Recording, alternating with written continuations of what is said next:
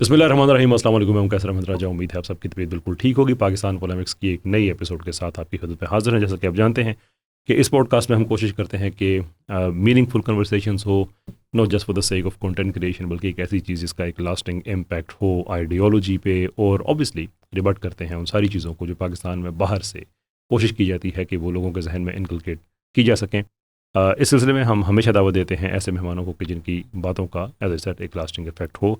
उसी सिलसिले की एक कड़ी आज हमारे साथ मौजूद हैं जनाब अहमद हसन अल अरबी साहब, जो जाना माना चेहरा है इंटरनेशनल रिलेशंस, पर्टिकुलरली जो पाकिस्तान इंडिया का कॉन्टेक्स्ट है उसके हवाले से बहुत से इनसे सवालात करने हैं। लेकिन आपका शुक्रिया अदा करते हुए सबसे पहला सवाल कि हमारे माइक तो आपने हैक नहीं किए हुए। थैंक यू सो मच कैसे भाई। नहीं, ये सहूलत सिर्फ इंडियंस के लिए मुझे Indians के लिए। वैसे भी आप हमारे मेहमान हैं तो obviously there is a limited opportunity in that.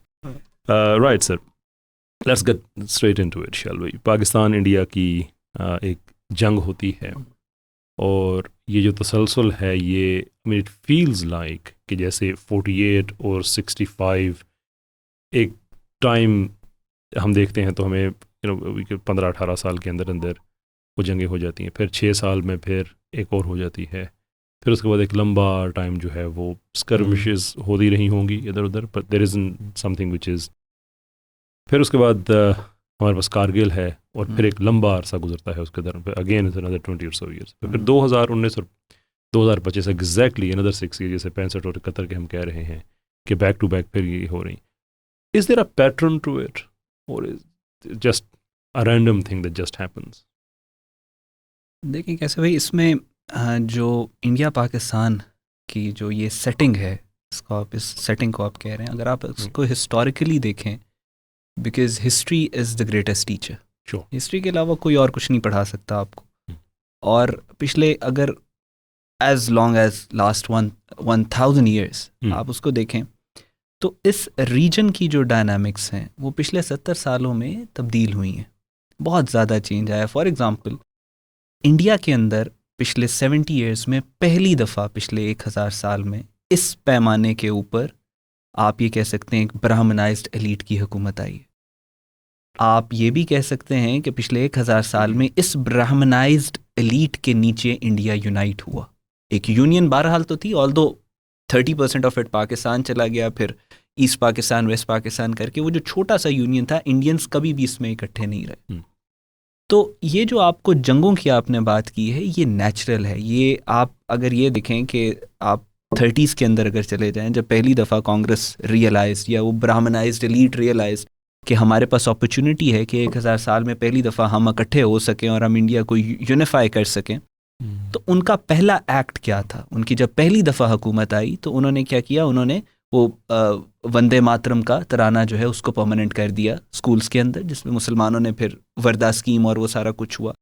फिर इन्होंने शुद्धि मूवमेंट लॉन्च की। शुद्धि मूवमेंट में इन्होंने ये कहा कि जो मुसलमान हैं ये हिंदू थे, मुसलमान हो गए, अब इनको हम तलवार के ज़ोर पे दोबारा हिंदू करेंगे।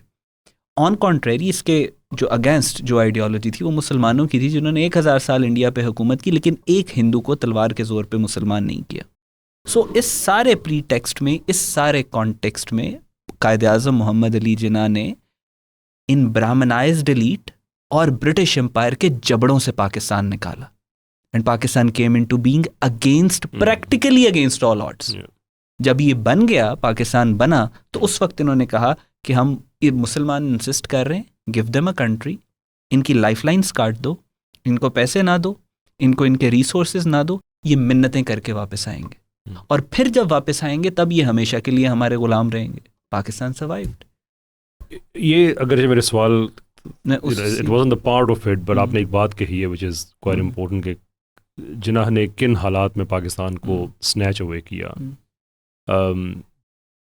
आई सपोज मेरी ज़िंदगी का परमानेंट फीचर बनता जा रहा है इंजीनियर मोहम्मद अली मिर्ज़ा साहब, इनकी रिसेंटली किसी पॉडकास्ट में कह रहे हैं कि मैं महात्मा गांधी को पहले और जिन्ना को मैं सेकंड नंबर में रखता हूँ, बिकॉज गांधी जो है वो was the something like number 1 politician. और जो आपने बात की उस वक्त मेरे जहन में भी ये थी, मैंने उनकी ये बात सुनी कि लीडर को तो हम डिफ़ाइन करेंगे ना 2-3 चीज़ों से। एक तो ये है कि उसकी लेगेसी क्या है, दूसरे ये है कि वो जो अचीव करना चाहते थे वो कैसे अचीव हुआ या नहीं हुआ। So Gandhi obviously wanted a united India जिसके अंदर इवन दो आरएसएस से उनका आइडियोलॉजिकल ये जो सो फार एज पॉलिटिकल आइडियोलॉजी है उससे ताल्लुक़ नहीं है, लेकिन ही न्यू कि RSS will become powerful enough one day कि ये एक जिसे आप ब्राह्मणाइज्ड कह रहे हैं ये हो जाएगा, और वो उसको डिनाई नहीं कर रहे, विच मीन्स कि he was okay with that concept. Jinnah उसके अलावा चाह रहे हैं कि अलहदा पाकिस्तान बने, so Jinnah got what he wanted, Gandhi didn't, and if that is a measure of success then I not entirely sure कि कैसे इसको हम किसी दूसरे तरीके से इंटरप्रेट कर सकते हैं। अच्छा, मैं ऑडियंस की सहूलत के लिए एक चीज़, इससे पहले क्या वो कंफ्यूज हो जाए, मैंने माइक वाली बात क्यों कही है। अब जानते हैं पाकिस्तान के बहुत से स्पीकर्स हैं, वो इंडियन टीवी चैनल्स पे मेहमान बनते हैं, और उसके बाद होता ये है कि वो आवाज़ सप्रेस कर दी जाती है जो पाकिस्तान के लोग हैं, और ये वो कुछ भी कहते रहें, जितना मर्जी इंटेलेक्चुअल पॉइंट हो, जैसा भी हो, जितना मर्जी फैक्चुअल पॉइंट हो, वो कानों तक नहीं पहुंचता, इसलिए कि जो दूसरे तरफ होता है वो माइक इतने ज़्यादा ऊंचे होते हैं। तो जब ये पाकिस्तान इंडिया के जंग के कॉन्टेक्स्ट में जो वीडियोस आए अहमद भाई के, तो इनकी आवाज़ों से ज़्यादा ऊंची होती थी, and that you know it सिर्फ लोगों का होता है ना कि जिससे कहते हैं कि इंटरेस्ट वर पीक्ड, ये क्या हो रहा है। तो आपने गालबन किसी बात में जगह बताया था कि आपने मैनिपुलेट किए थे, हैक किए हुए थे कि आपकी आवाज़ सप्रेस नहीं की जा सकती थी। तो जस्ट इन केस अगर आप सोच रहे हैं बात मैंने क्यों कही थी, और आज हमें उन्होंने श्योर किया कि हमारे माइक इन्होंने नहीं किए हुए, that's all wonderful and good sir. Now आपके क्वेश्चन का मैं कहता वो जो प्लीज वो था, अच्छा, तो उस कॉन्टेक्स्ट में जब पाकिस्तान को ये प्रैक्टिकली इन्होंने पाकिस्तान का वजूद कभी भी तस्लीम नहीं किया इंडिया ने, जिसको ये आइडियोलॉजिकली अपनी इंडोक्ट्रिनेशन जिस तरह करते हैं, ये कहते हैं कि हमारी ये जो धरती है ये हमारी माता है, तो प्रैक्टिकली तो उसको काट के पाकिस्तान बनाना, तो ये एक्सेप्ट नहीं कर सकते। इसी वजह से मसला कश्मीर हुआ, इसी वजह से 65 की वॉर हुई, इसी वजह से इन्होंने 71 में पाकिस्तान को तोड़ा दहशतगर्दी करवा के, इसी वजह से ये अब तक दहशतगर्दी कर रहे हैं। तो ये जो क्लैशेस आपको नज़र आ रहे हैं, जो पिछली आपने जंगों की बात की कि 48 में, 65 में, और ये सारा जो सिलसिला कारगिल, ये सब कुछ, ये पाकिस्तान एंड इंडिया ये पिछले 70 साल से परपेचुअल स्टेट ऑफ वॉर में है। और कैटेगोरिकली मैं आपको ये बात कर सकता हूँ कि कोई भी जंग पाकिस्तान ने शुरू नहीं की। अगर आप हिस्ट्री में जाएं, चाहे 65 की जंग के ऊपर ये जो भी क्रिटिसिज्म करते हैं, ग्रैंड स्लैम और वो सारा जिब्राल्टर और ये वो, उसमें भी इंस्टिगेशन आपको हमेशा इंडिया की नज़र आएगी। 48 के अंदर भी आपको इंडिया की इंस्टिगेशन नज़र आएगी। 71 में तो प्रैक्टिकली उन्होंने आपकी दहशतगर्दी करवा के पाकिस्तान को तोड़ा, 10 लाख के करीब गुरिल्लास को ट्रेन। कारगिल, आगे जहाँ पे भी आप चले जाएं पाकिस्तान के अंदर पिछले 70 सालों में, कैसर भाई एज अ केस स्टडी आप कोई भी दहशतगर्दी का वाक़या उठाएं, उस पर थोड़ी सी रिसर्च करें, बैकग्राउंड पे आपको उसके कनेक्शन, कोई दहशतगर्दी का वाक़या, उसके कनेक्शंस आपको इंडिया के साथ नजर आए। That's very true. तो ये जो सारा सिनेरियो था, ये जंगें जो थी ये इस तरीके से चलती रही, लेकिन अब पिछले 10 साल में सिचुएशन बिल्कुल चेंज हो गई। पहले आपको जो गैप्स जंगों के दरमियान में नजर आए, अब इतने गैप्स नहीं होंगे। हाँ, अब हम do you mind if I leave that for a different, मैंने एंड में ये जो फ्यूचर हमारा है मैंने उसके लिए रखा है, तो मैं उसके लिए मैं उसको डिले करना चाहता हूँ। ये जो भी आपने बात कही कि पाकिस्तान ने जंग स्टार्ट नहीं की, I actually have almost an hour long video on this topic कि सारी जंगों के एनालिसिस के कहाँ से स्टार्ट हुई, कैसे ख़त्म हुई, and you are absolutely right, हमेशा से ये इंडिया। बट इस पर मैं मज़ीद बात करूँगा कि हमारे पाकिस्तान के अंदर एक ऐसा कंटिजेंट पाया जाता है जो उसके अदरवाइज पॉजिट करता है। But before we get to that, अभी हम 2025 की जो अभी हालिया जंग है, मैं इस पर हम आते हैं कि एक न्यूक्लियर कैपेबल मुल्क है भारत, रिस्पॉन्सिबल कंट्री है, स्टेट की सर्टन रिस्पॉन्सिबिलिटीज़ इम्प्लाइड होती हैं इंटरनेशनल लॉ में कि state has to act up to a certain level. वो एलेज करते हैं कि पहलगाम में अटैक होता है, खैर वो तो हमने देखा कि अटैक तो हुआ, पर वो एलेज करते हैं कि ये पाकिस्तान ने किया, और from first few minutes to first half hour यानी हो रहा है, पाकिस्तान पे इल्ज़ाम हो गया है, पाकिस्तान के खिलाफ FIR होने से पहले तैयारी शुरू हो गई थी इल्ज़ाम लगाने। मतलब आप कैसे एक्सपेक्ट कर सकते हैं एक न्यूक्लियर पावर को कि जिसकी रिस्पॉन्सिबिलिटी इम्प्लाइड है कि बाकी मुल्कों से ज़्यादा होगी, और वो एक और न्यूक्लियर पावर पे इल्ज़ाम लगा रहा है, और वो कह रहा है कि हमने आपको सबूत नहीं देने हैं। उनको क्या, अपने मुल्क में किसी को सबूत नहीं देने हैं। आप इंटरनेशनल स्टूडेंट्स, इंटरनेशनल रिलेशंस के आप स्टूडेंट हैं, बहुत आप लिखते भी हैं, आपको दुनिया में कहीं और भी ऐसी एग्जांपल नज़र आती है? मेरा नहीं। Absurd, isn't it? Absurd to some extent, false flag operations होते हैं दुनिया में, they are part of the game, Yeah. They are part of the game that we all are playing. ठीक है, उसमें आप ये नहीं कह सकते कि जो ग्रैंड चेस बोर्ड है दुनिया की उस पर फॉल्स फ्लैग ऑपरेशंस नहीं होते। ये उस सिस्टम का हिस्सा है, उस ग्लोबल ऑर्डर का हिस्सा है जिसमें हम सब ऑपरेट कर रहे हैं। Sure. बहुत सारे ममालिक हैं जो फॉल्स फ्लैग ऑपरेशन जिनकी तारीख में नहीं होते, जिनकी एक्सपर्टीज़ नहीं है, जो करवाते नहीं हैं। बहुत सारे ममालिक हैं जो करवाते हैं। जैसे फॉर एग्ज़ाम्पल एक जॉन, इसमें आप अगर अमेरिकन इंटरप्राइज इंस्टीट्यूट नामी एक थिंक टैंक है जिसको रिचर्ड पर्ल और ये उस वक्त की जो बुश की जो कैबिनेट थी जिसमें पॉल वुल्फोविट्स, ज़ाल्मे खलीलज़ाद, ये सब तमाम लोग शामिल थे। इन्होंने 9/11 का जो अटैक था उससे पहले 1999 में एक रिसर्च पेपर लिखा था जिसका नाम था the project of new American century. और उस प्रोजेक्ट में इन्होंने ये लिखा था कि अगर हमने ये जो वॉर्स मिडल ईस्ट में और मुस्लिम वर्ल्ड में करनी है उससे पहले we need a new Pearl Harbor. ठीक है, 99 में ये लिखा, 2001 में जो 9/11 का अटैक था वो हुआ। और जॉन पिल्गर जो ऑस्ट्रेलियन मशहूर सहाफ़ी जिसने इसको कवर किया, तो उसने कहा कि वो जो लोग थे जो 1999 में इन्होंने पेपर लिखा था, they achieved that new Pearl Harbor in 2001। ठीक, तो उसका ये कहना था अकॉर्डिंग टू हिम। उसके बाद फिर एक अमेरिकन प्रेसिडेंशियल कैंडिडेट भी थे, उन्होंने भी अपनी डिबेट में ये प्रेसिडेंशियल डिबेट के अंदर ये बात की कि जो America should let go of its policy of using events like 9/11 as a pretext to invade foreign lands. ठीक है, उन्होंने बात की बाकायदा तौर पे। तो उनके नज़दीक तो ये भी फॉल्स फ्लैग ऑपरेशन था। अच्छा, अब जहाँ तक आप इंडिया की बात कर रहे हैं, इंडिया की तारीख भरी हुई है। ठीक है, यूएस की एग्जांपल में आप देखें तो आपको शायद एक आधे कंट्रोवर्शियल इवेंट्स नजर आए, जैसा मैंने आपको बताया कि क्यों लोग 9/11 को, ये तो ढकी छुपी बात नहीं है। दुनिया के अंदर बहुत सारे लोग हैं जो कहते हैं जी ये तो अमेरिका ने खुद करवाया था, लेकिन इसके पीछे जो एकेडमिक काम है वो मैंने आपको बता दिया कि कहाँ से ये ओरिजिनेट करती है, स्टेम करती है। Sure. इंडिया का जो फॉल्स फ्लैग ऑपरेशन होता है वो बहुत ही भोंडा होता है। चाहे आप मुंबई अटैक की बात करें, चाहे आप पठानकोट की करें, चाहे उरी की करें, चाहे पहलगाम की करें। अब मिसाल के तौर पे पहलगाम वाला फॉल्स फ्लैग ऑपरेशन इन्होंने करवाया, उसके बाद इन्होंने विदिन 24 आवर्स, अभी मेरा ख्याल है वहाँ पे पुलिस पहुंची भी नहीं होगी, पाकिस्तान पाकिस्तान पाकिस्तान, अरनाब शुरू हो गया रिपब्लिक पे पाकिस्तान, इनके वो जो प्रोपेगेंडा अकाउंट्स है पाकिस्तान पाकिस्तान पाकिस्तान। इंटरेस्टिंगली ये पहलगाम से पहले भी कह रहे थे पाकिस्तान पाकिस्तान पाकिस्तान, हर इनका ऑब्सेशन है पाकिस्तान।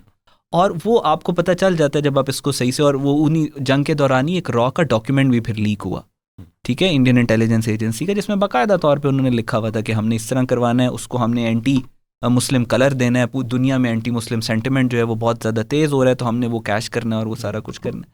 लेकिन उसकी रियलिटी कोई भी नहीं है, उसकी हकीकत कोई भी नहीं है।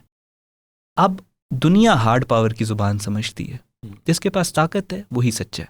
ये अनफॉर्चुनेट रियलिटी है दुनिया। अच्छा, अब इसराइल की अगर आप बात करें, गाज़ा वाली अगर आप बात करें, तो उसमें भी जो अब इसराइल के ख़िलाफ़ सेंटिमेंट आया है ना, वो हम जो गाज़ा के लोग हैं उन्होंने जो कुर्बानियाँ दे के अपनी ताकत मनवाई है उसके बाद आया, उसके बगैर नहीं आया। जो इसराइल का ये सारा प्रोपेगेंडा था 100 ईयर्स का, थियोडोर हर्जल से जो शुरू हुआ था, जो इन्फो ऑप्स ये करते थे कि हम बहुत मजलूम हैं, वो सारा मामला जो है वो कब हुआ कि जब गाज़ा के लोगों ने सेक्रीफाइसेस, कुर्बानियाँ दे के उसको मना। उसी तरह पहलगाम वाले वाक़े के बाद जब इंडिया ने पाकिस्तान पे इल्ज़ाम लगाया और पाकिस्तान ने कहा कि this time you can not call us terrorist, we will not let you get away with it, तुम्हें सबूत देने पड़ेंगे, नहीं दोगे तो तुम्हारे दांत तोड़ेंगे। जब पाकिस्तान ने ये बात की तो वो सारा जो प्रोपेगेंडा था फिर वो भग से उड़ गया, फिर इंटरनेशनल लॉ भी आ गया, सारा कुछ आ गया।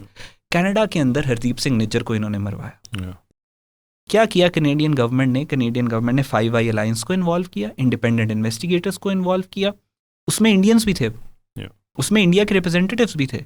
कनाडा के अंदर जो ऑफिसर प्रेस कॉन्फ्रेंस करता था इसकी हरदीप सिंह निज्जर के मर्डर के ऊपर, पब्लिक को बताता था कि कहाँ तक पहुंची, that was also by origin an Indian. 5 eye alliance को किया, इन्वेस्टिगेट किया, ग्लोबल इंस्टीट्यूट्स इन्वॉल्व थे, इन्वेस्टिगेटिव एजेंसीज इन्वॉल्व थी। उन सब के बावजूद it took them 1 whole year of investigation. उसके बाद उन्होंने कहा कि भाई हमें इंडिया इसमें इन्वॉल्व नजर आ रहा है, और फिर 6 महीने का और गैप लेके उन्होंने कहा कि जी अमित शाह इसको मॉनिटर कर रहा है। So it took them 18 months. अब आप खुद देखो, मोस्ट पावरफुल, ठीक है, अब आप हाँ, अब ये इंडिया जो रॉ है उसकी कॉम्पिटेंस का आप सबको पता है, ठीक है, अब उनको विद इन 2 आवर्स, उससे भी बल्कि जल्दी उन्हें कैसे पता चल गया कि पाकिस्तान, और जब ये पहलगाम अभी फायरिंग वगैरह हो रही थी तो with in first few minutes उन्होंने कहना शुरू कर दिया था। और अब मैं सोशल मीडिया की ये खबर है, मैं इसे तस्दीक नहीं कर सकता, बट अपेरेंटली जब वाक़या ख़त्म होता है तो उससे इतने दूर एक पुलिस स्टेशन में FIR दर्ज की गई है कि जहाँ पे आप इतनी देर में पहुँच नहीं सकते हैं। Now one can make an argument कि ठीक है फ़ोन कर दिया होगा, but that doesn't make it any more true, क्योंकि फ़ोन पे भी आपने क्या कहा होगा, पाकिस्तान ने किया है, with in those few minutes आपके पास एविडेंस क्या आ गया था कि पाकिस्तान ने किया है। और फिर उसके अलावा वहाँ पे बिल्कुल वॉकिंग डिस्टेंस के ऊपर उनके एक आर्मी का एक कैंप था, कोई आर्मी ऑफिसर नहीं आया वहाँ पे, कोई कुछ नहीं। There so many loophole कि आप उसके ऊपर अगर हम डिस्कस लूप होल्स करना शुरू करें ना तो शायद 3 घंटे की पॉडकास्ट उसी के ऊपर हो जाए। ट्रू, वो तो खैर अनडिनाइबल बातें हैं इन अ वे के जितने जहाँ से वो एलेज कर रहे हैं कि LOC को क्रॉस किया गया, I mean it's a hard sell in this age कि वहाँ से वो अनडिटेक्टेड वो लोग पैदल मीन्स के अब वो आपकी कहानी अगर दुरुस्त है तो वो ऐसे लोग थे कि वहाँ के इंडिजिनस नहीं थे, एटलीस्ट उस इंडिजिनस चले उस कॉन्टेक्स्ट में तो हो सकते हैं कि सारे हम बड़े सगीर है, लेकिन in the context of the conversation कि वो लोकल नहीं थे, विच इज़ टू से कि वहाँ पे जाके होटलों में नहीं रहते रहे होंगे, वो जाके रेस्टोरेंट्स में खाना नहीं खाते होंगे, रास्ते में जहाँ पे रुकते होंगे। हम ये कह रहे हैं कि ऐसे लोग कि जिन्होंने अपने बैग्स खुद उठाए हुए होंगे, उसके अंदर खाना पीना भी होगा, 400 किलोमीटर अंदर चले गए, ज़्यादा देखा नहीं पूछा नहीं, सच। अच्छा, अभी इंटरेस्टिंगली इन्होंने ना ऑपरेशन महादेव लॉन्च किया जी, तो उसमें इन्होंने कहा कि वो कश्मीर के अंदर हम जो इंडियन ऑक्यूपाइड कश्मीर है उसमें इन्होंने कुछ लोगों को मारा है and they said that these are the terrorist और हमने इनको मारा है, और ऑफिशियली उनकी ना तस्वीरें इन्होंने रिलीज़ की। अब वो तस्वीर को आप ज़रा जूम करके ना उनकी गन्स को देखिएगा, उनकी गन्स में ना क्लीनिंग क्लॉथ है, अभी भी वो गन आपने रखनी हो ना ताकि गंदी ना हो तो उसके अंदर आप कपड़ा एक फंसा देते हैं ताकि उसकी बैरल के अंदर डस्ट पार्टिकल्स ना आ जाएं। यहाँ मिलिट्री में प्रैक्टिस होती है। उनकी जो सो कॉल्ड टेररिस्ट की इन्होंने तस्वीरें लगाई हैं ना उसमें अभी भी वो आप देखेंगे ऑफिशियली जो इन्होंने लगाई हैं उसमें वो आपको कपड़ा नजर आए। ये ऑलमोस्ट वैसी ही बात है। मुझे याद है जब कारगिल का हुआ था तो उस वक्त ये इनके कुछ इंडियन चैनल्स होते थे, उस वक्त मैं यूरोप में था, तो ये दिखाते थे कि हमने वहाँ पे जो पाकिस्तानी सेना के लोग हैं ये वो वगैरह वगैरह मार दिए, जो भी कर दिया, और बाद में दिखाते थे हम कितने अच्छे लोग हैं कि हम उनका जनाजा भी पढ़ा रहे हैं, पर जनाजे में रुकू और सजदे भी साथ दिखा रहे होते थे और हम देख के हंस रहे होते थे कि ये कौन काट के उल्लू बिठाए हुए हैं, एटलीस्ट देख तो लोग क्या कर रहे हो। खैर, I think that goes way back. अच्छा, उसके बाद फिर इंडिया की तरफ से एक बड़ा टेंस टाइम रहा ना कि उन्होंने एलेज कर दिया है। अब उस सिचुएशन को ऑब्वियसली हम एक दफ़ा से रीविज़िट करें कि इंटेंसिटी इस मामले की इंडिया में ये है कि हर रोज़ फायर ब्रांड किस्म के लोग उनके टीवी पे बैठे हुए हैं, वो गौरव वारिया टाइप और वो बड़ी मूंछ वाले जनरल साहब जो हैं वो आग लिटरली उगल रहे हैं, और बॉलीवुड से इतना वो मीडिया उनका इंस्पायर्ड है और वो लोग भी इतने इंस्पायर्ड हैं कि वो हर रोज़ बॉलीवुड स्टाइल में हम ये कर देंगे वो कर देंगे, ऐसा है और वैसा है। हमारे यहाँ इस तरफ रिलैक्सेशन है, लोग मीम्स बना रहे हैं, जोकतें बना रहे हैं, अटैक किधर गया, ये नहीं हुआ वो नहीं हुआ, बट नेवरदलेस सबको पता था कि जंग किसी स्टेज पे होनी है। What I don't understand is कि इंडिया का वो कहते हैं ना कि अनोखा लाडला खिलन को मांगे चांद रे, कि एक अनोखा लाडला कि आप पाकिस्तान में एक जगह पे नहीं, आपने कई जगह पे आपने अटैक कर दिया है, but then you complain कि पाकिस्तान ने जवाब क्यों दिया है। In that sort of a high pitch voice उनके प्राइम मिनिस्टर की कि पाकिस्तान की सेना ने हम पे ही attack, what are you expecting something else? तो ये दो चीज़ें मैं चाहूँगा आपके ना कि एक तो वहाँ की जो टेंसिटी और पाकिस्तान में जो रिलैक्सेशन थी, और उसके बाद उनका शिकवा कि पाकिस्तान ने हम पे जवाबी अटैक क्यों किया है। अच्छा देखें कैसे भी इसमें दो चीज़ें हैं। एक तो जो आपने उनका हाइपर जिंग्विस्टिक मीडिया की बात की ना, एज लॉन्ग एज मीडिया का वो सेगमेंट जो हाइपर जिंगोइज्म फैला रहा है, जब तक वो पावर में नहीं है ना तो वो फ़नी है, जब तक वो सेगमेंट पावर में नहीं है तो वो फ़नी है। प्रॉब्लम इज जब वो segment controls the nuclear bombs of India, वो डेंजरस है, that is dangerous, that is very dangerous. सिर्फ पाकिस्तान के लिए नहीं, पूरी दुनिया के लिए डेंजरस है। पाकिस्तान तो सिर्फ उस डेंजर को कर्टेल करके बैठा हुआ है, ठीक है। फिर कायद आज़म, आई मीन उनसे बड़ा पॉलिटिकल जीनियस पाकिस्तान में पैदा नहीं हुआ, इस सदी में पैदा नहीं हुआ। पाकिस्तान में क्या, दुनिया में शायद पैदा नहीं हुआ इस पिछले 100 साल में। वो जब अरब लीग को एड्रेस करने के लिए, अरब के मुसलमानों को एड्रेस करने के लिए गए ना पाकिस्तान के बारे में, तो उन्होंने कहा ये जो हिंदू ज़ायोनिज़म यहाँ से उठ रहा है, it's a threat for the Muslim world. Pakistan का बनना इसलिए ज़रूरी है कि पाकिस्तान रोक के बैठेगा। और ये जो इसराइल है, ये ग्रेटर इसराइल बनाते हैं, तो ये भी हिजाज तक आते हैं। हिजाज, मदीना, मक्का मुकरमा और मदीना मुनव्वरा में नहीं आते। लेकिन ये जो हमारा हमसा है, ये तो तौबा नाउज़ आब जमजम का कुआं और खाना काबा को भी क्लेम करता है कि ये हमारे। आज पाकिस्तान खुदा न खास्ता बीच में से निकाल दें तो ये तो उस तरफ पहुंचे हों, पाकिस्तान इनको रोक के बैठा हुआ है। सो ये लोग अब इक़्तिदार में हैं इंडिया में। ये जनरल बख्शी हो गए, ये मेजर गौरव आर्या, ये रॉ के माउथ पीस हो गए।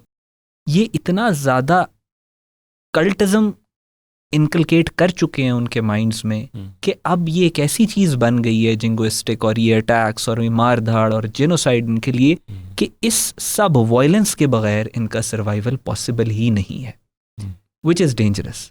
और अब ये आर या पार वाली सिचुएशन में आ गए। अब आपने देखा है इस जंग के बाद नरेंद्र मोदी पे एक तो कांग्रेस और कांग्रेस के लोग जो पावर में तबका नहीं है वो क्रिटिसिज्म कर रहे हैं कि इन्होंने झूठ बोले, इन्होंने हमारी सिक्योरिटी नीड्स का ख्याल नहीं रखा, इन्होंने ड्रामा किया, इन्होंने जंग में हमारी तजलील करवाई। जो सेगमेंट पावर में है वो मोदी के ऊपर क्या क्रिटिसिज्म कर रहा है कि Modi is soft, we need someone like Yogi who can go there and break Pakistan. Mohan Bhagwat और ये सारे, उनका ये क्रिटिसिज्म है। सो आप ये देखें कि एक्सट्रीम कितनी ज़्यादा वहाँ पे पाई जा रही है। I mean the thing is के मोदी इज, थोड़ा सा हिस्ट्री में पीछे जाएं, जो मोदी की पॉलिटिकल ट्रैजेक्टरी है, it didn't feel like at one stage कि ये प्राइम मिनिस्टर वाली है, because there was a big names, Vajpayee, वो नाम थे जो ओवरशैडो करते थे इन नामों को। But he barged in and he couldn't have marched in। BJP के बारे में गलतफहमी तो नहीं होनी चाहिए कि ये पॉलिटिकल विंग आरएसएस का है, तो आप उसके अंदर डिसिप्लिन को तोड़ के आगे जाइए, नहीं हो सकता। विच इज़ टू से कि आज जो लोग योगी वगैरह की बात कर रहे हैं कि वो चाहिए, मोदी को भी ऐसे ही एक हार्ड लाइनर के तौर पे, और उसकी सीवी पे गुजरात मौजूद था जब उसने बार्ज इन किया और वो टॉप लीडरशिप में चला गया। ये तो सेकंड टियर का लीडर एक for best of his political life वो रहा। तो अब अगर किसी और की डिमांड की जा रही है, कैन दे नॉट सी कि you've put a guy up there to achieve certain targets and he failed twice in 6 years in as many times। लेकिन उसमें यही बात है ना, कैसे भी जब आप सोसाइटी को इस हद तक रेडिकलाइज कर दें, ठीक है, तो अब आपको उनकी डिमांड, अभी इंडिया में आपको जो डिवाइड पोलराइजेशन नज़र आ रही है वो बहुत ज़्यादा है। अभी भी टग ऑफ वॉर है, जैसे अमेरिका के अंदर एक प्रो वॉर और एक एंटी वॉर लॉबीज़ हैं, उनके दरमियान में भी टग ऑफ वॉर चल रही है ना। इसी वजह से वो इसराइल, मिडल ईस्ट वाले, आपको अमेरिका की पॉलिसी कंफ्यूज नज़र आ रही है। इंडिया के अंदर भी एक टग ऑफ वॉर है और वो प्रैक्टिकली बहुत ज़्यादा। अब जो आपने बात की कि उनको क्या अपनी गलतियां और मिसकैलकुलेशंस नज़र नहीं आ रही, तो हमारे पास तारीख़ में हर दिहाई के बाद एक एग्जांपल मौजूद होती है कि एक बड़े मुल्क ने मिसकैलकुलेशन की और फिर वो दुनिया के नक्शे से मिट गया। ये अक्सर मिसालें हमें मिलती हैं कि फ़लाँ मुल्क ने मिसकैलकुलेशन की, अभी भी वो मिसकैलकुलेशन करते चले जा रहे हैं। अगर वो मिसकैलकुलेशंस ना कर रहे होते ना, तो ऑपरेशन सिंदूर में जो उनका हाल हुआ है उसको एंड कर देते, लेकिन उन्होंने कहा नहीं, the operation is still continue. So basically they want to reinforce the failure. They are in a hole and they are keep digging, they will keep digging. वो that's the problem. I mean कुछ लोगों को नहीं पता होता कि ऐसे मसाइल से बाहर निकलना है। अच्छा, अब हर जंग में देयर आर सर्टेन थिंग्स जो कि मैं समझता हूँ कि अल्लाह ताला ने नवाजा है पाकिस्तान को कि a new chapter adds into it. जो 65 की टैंकों वाली थी, that was a chapter in its own right। उसके बाद फिर इंडिया के जहाज़ गिराने ये सिलसिला कारगिल से स्टार्ट होता है। उसके बाद 2019 से होता हुआ कि हर जंग में उनका ये जहाज़ तो उनके गिरना, that has become fashionable. But dropping 5 of them in an hour, 6 in an hour, इसके बारे में मैं चाहता हूँ कि आप हमारी ऑडियंस को थोड़ा सा एनलाइटन करें, बिकॉज जो आर्टिकल्स मैंने पढ़े हैं, इट सीम्स लाइक कि जो एविएशन, मिलिट्री एविएशन है, उसकी जो एकेडमीज़ हैं वो इसको केस स्टडी के तौर पे इंक्लूड करना चाहती हैं दुनिया के बड़े इदारों कि दिस इज़ अ वे कि जो किसी ने कंसीव नहीं किया था। And in an hour, you know, on average हम कह रहे हैं कि दिस इज़ 10 minutes पर जेट ये रेट जा रहा था. Take us through sir. देखिए मिलिट्री एकेडमीज में तो उन्होंने पढ़ाना ही है because it has never happened before. Never happened before कि जंग शुरू हो. और आप देखें वर्ल्ड वॉर 2 के बारे में कहते हैं वो वर्ल्ड वॉर 2 इस वजह से हुई क्योंकि सिक्योरिटी डायलेमा यूरोप में क्रिएट हुआ बिकॉज यूरोप में वेपन इतना ज़्यादा खरीद लिया था कि जंग होनी थी. The biggest war in human history Europe में हुई क्योंकि असलहा बहुत ज़्यादा था. सर मैं थोड़ी दानिश झाड़ लूँ, मुझे रहा नहीं जा रहा. Very sorry to break the flow there. ये एक्चुअली कुछ दिन मुझे बात पूछी गई थी कुछ दिन पहले, तो मैं उस पर कॉन्टेंट नहीं बना सका. So this is my opportunity कि जो European coal and steel committee थी जो अब यूरोपियन यूनियन की सूरत में है, इसके बनाने का मकसद ही ये था कि उस ज़माने में जो वॉरफेयर टेक्नोलॉजी थी उसमें कोयला और लोहा दोनों चीज़ें बहुत इस्तेमाल होती थी. And one of the reasons ये कमेटी बनी थी कि कोई मुल्क स्टॉक पाइल ना कर ले क्योंकि वो बाकी यूरोप तो तबाह हो चुका है. जिसके पास ये ज़खीरा आ गया वो डोमिनेट करेगा.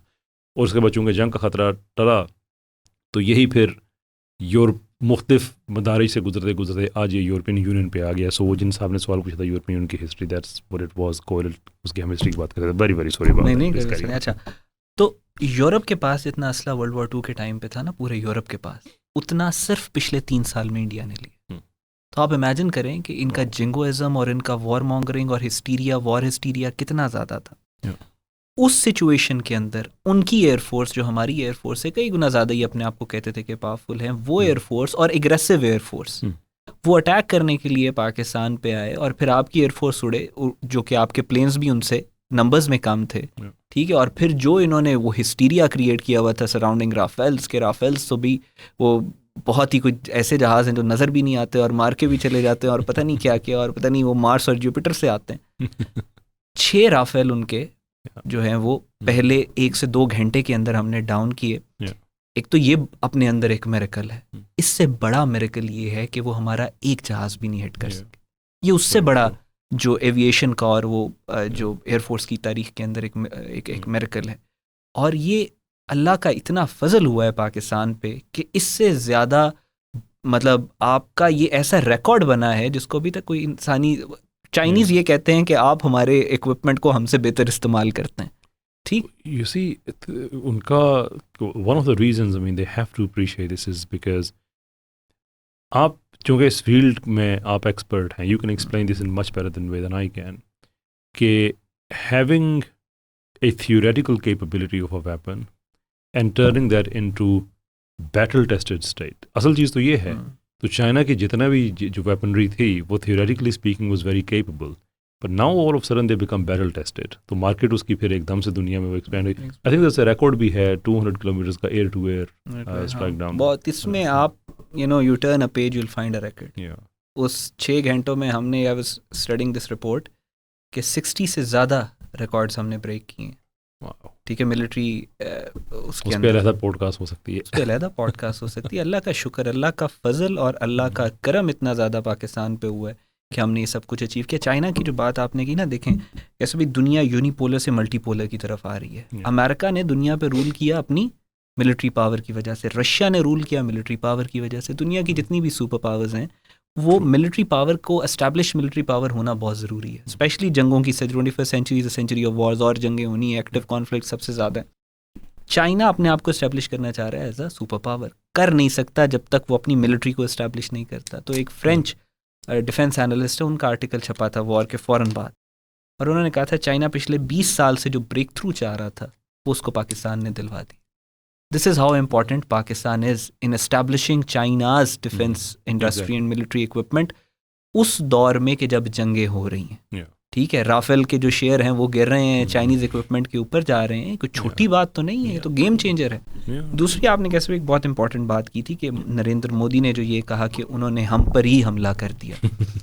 ये एक तो उसका स्टाइल, एक मोदी का एक बात करता है तो हंसी आती है. जिस तरह उसने कहा कि मैंने 2019 में कहा था कि बादलों के पीछे छुपा के लेके जाओ. तो खैर, अब उसके कॉन्टेक्स्ट थोड़ा सा आपको मैं बताना चाहूँगा कि उसने क्यों कहा कि हम पर ही हमला करना शुरू कर दिया. बात ये थी कि इंडिया एस्टैब्लिश करना चाह रहा है इस तरह की स्कर्मिशेस को as a new normal. Jaishankar ने पार्लियामेंट में खड़े होकर कहा ना, दिस इज़ न्यू नॉर्मल. वो ये चाहते हैं कि हम पाकिस्तान के ऊपर 2-4 मिसाइल मारें, पाकिस्तान बदला ले और बात ख़त्म हो जाए. हम कहें कि जी हमने जंग जीत ली, इलेक्शन जीतें, और दरमियान में ऐसी जंगें करते करते हमें कोई अपॉर्चुनिटी मिले तो हम पाकिस्तान का कोई एरिया ऑक्यूपाई. ये उनका प्लान है। Pakistan can not allow that. इसी वजह से जब मोदी ने हमारे ऊपर हमला किया तो हमने उनके 6 जहाज़ मार के गिरा दिए। तो अब वो ये समझ रहे थे कि हमें इतनी मार पड़ गई है तो अब पाकिस्तान यहाँ पे स्टॉप करेगा, ठीक है। लेकिन हमने उसके बाद हमने 10 को दोबारा हमने कहा ये तो हमारा डिफेंस था, अब हमने रिटेलिएट करना है, जो इंडिया ने किया। और हमारा रिस्पॉन्स नॉच अबव। क्यों? क्योंकि हमने इंडिया को डिटर करना है। We can not allow that to become a new no.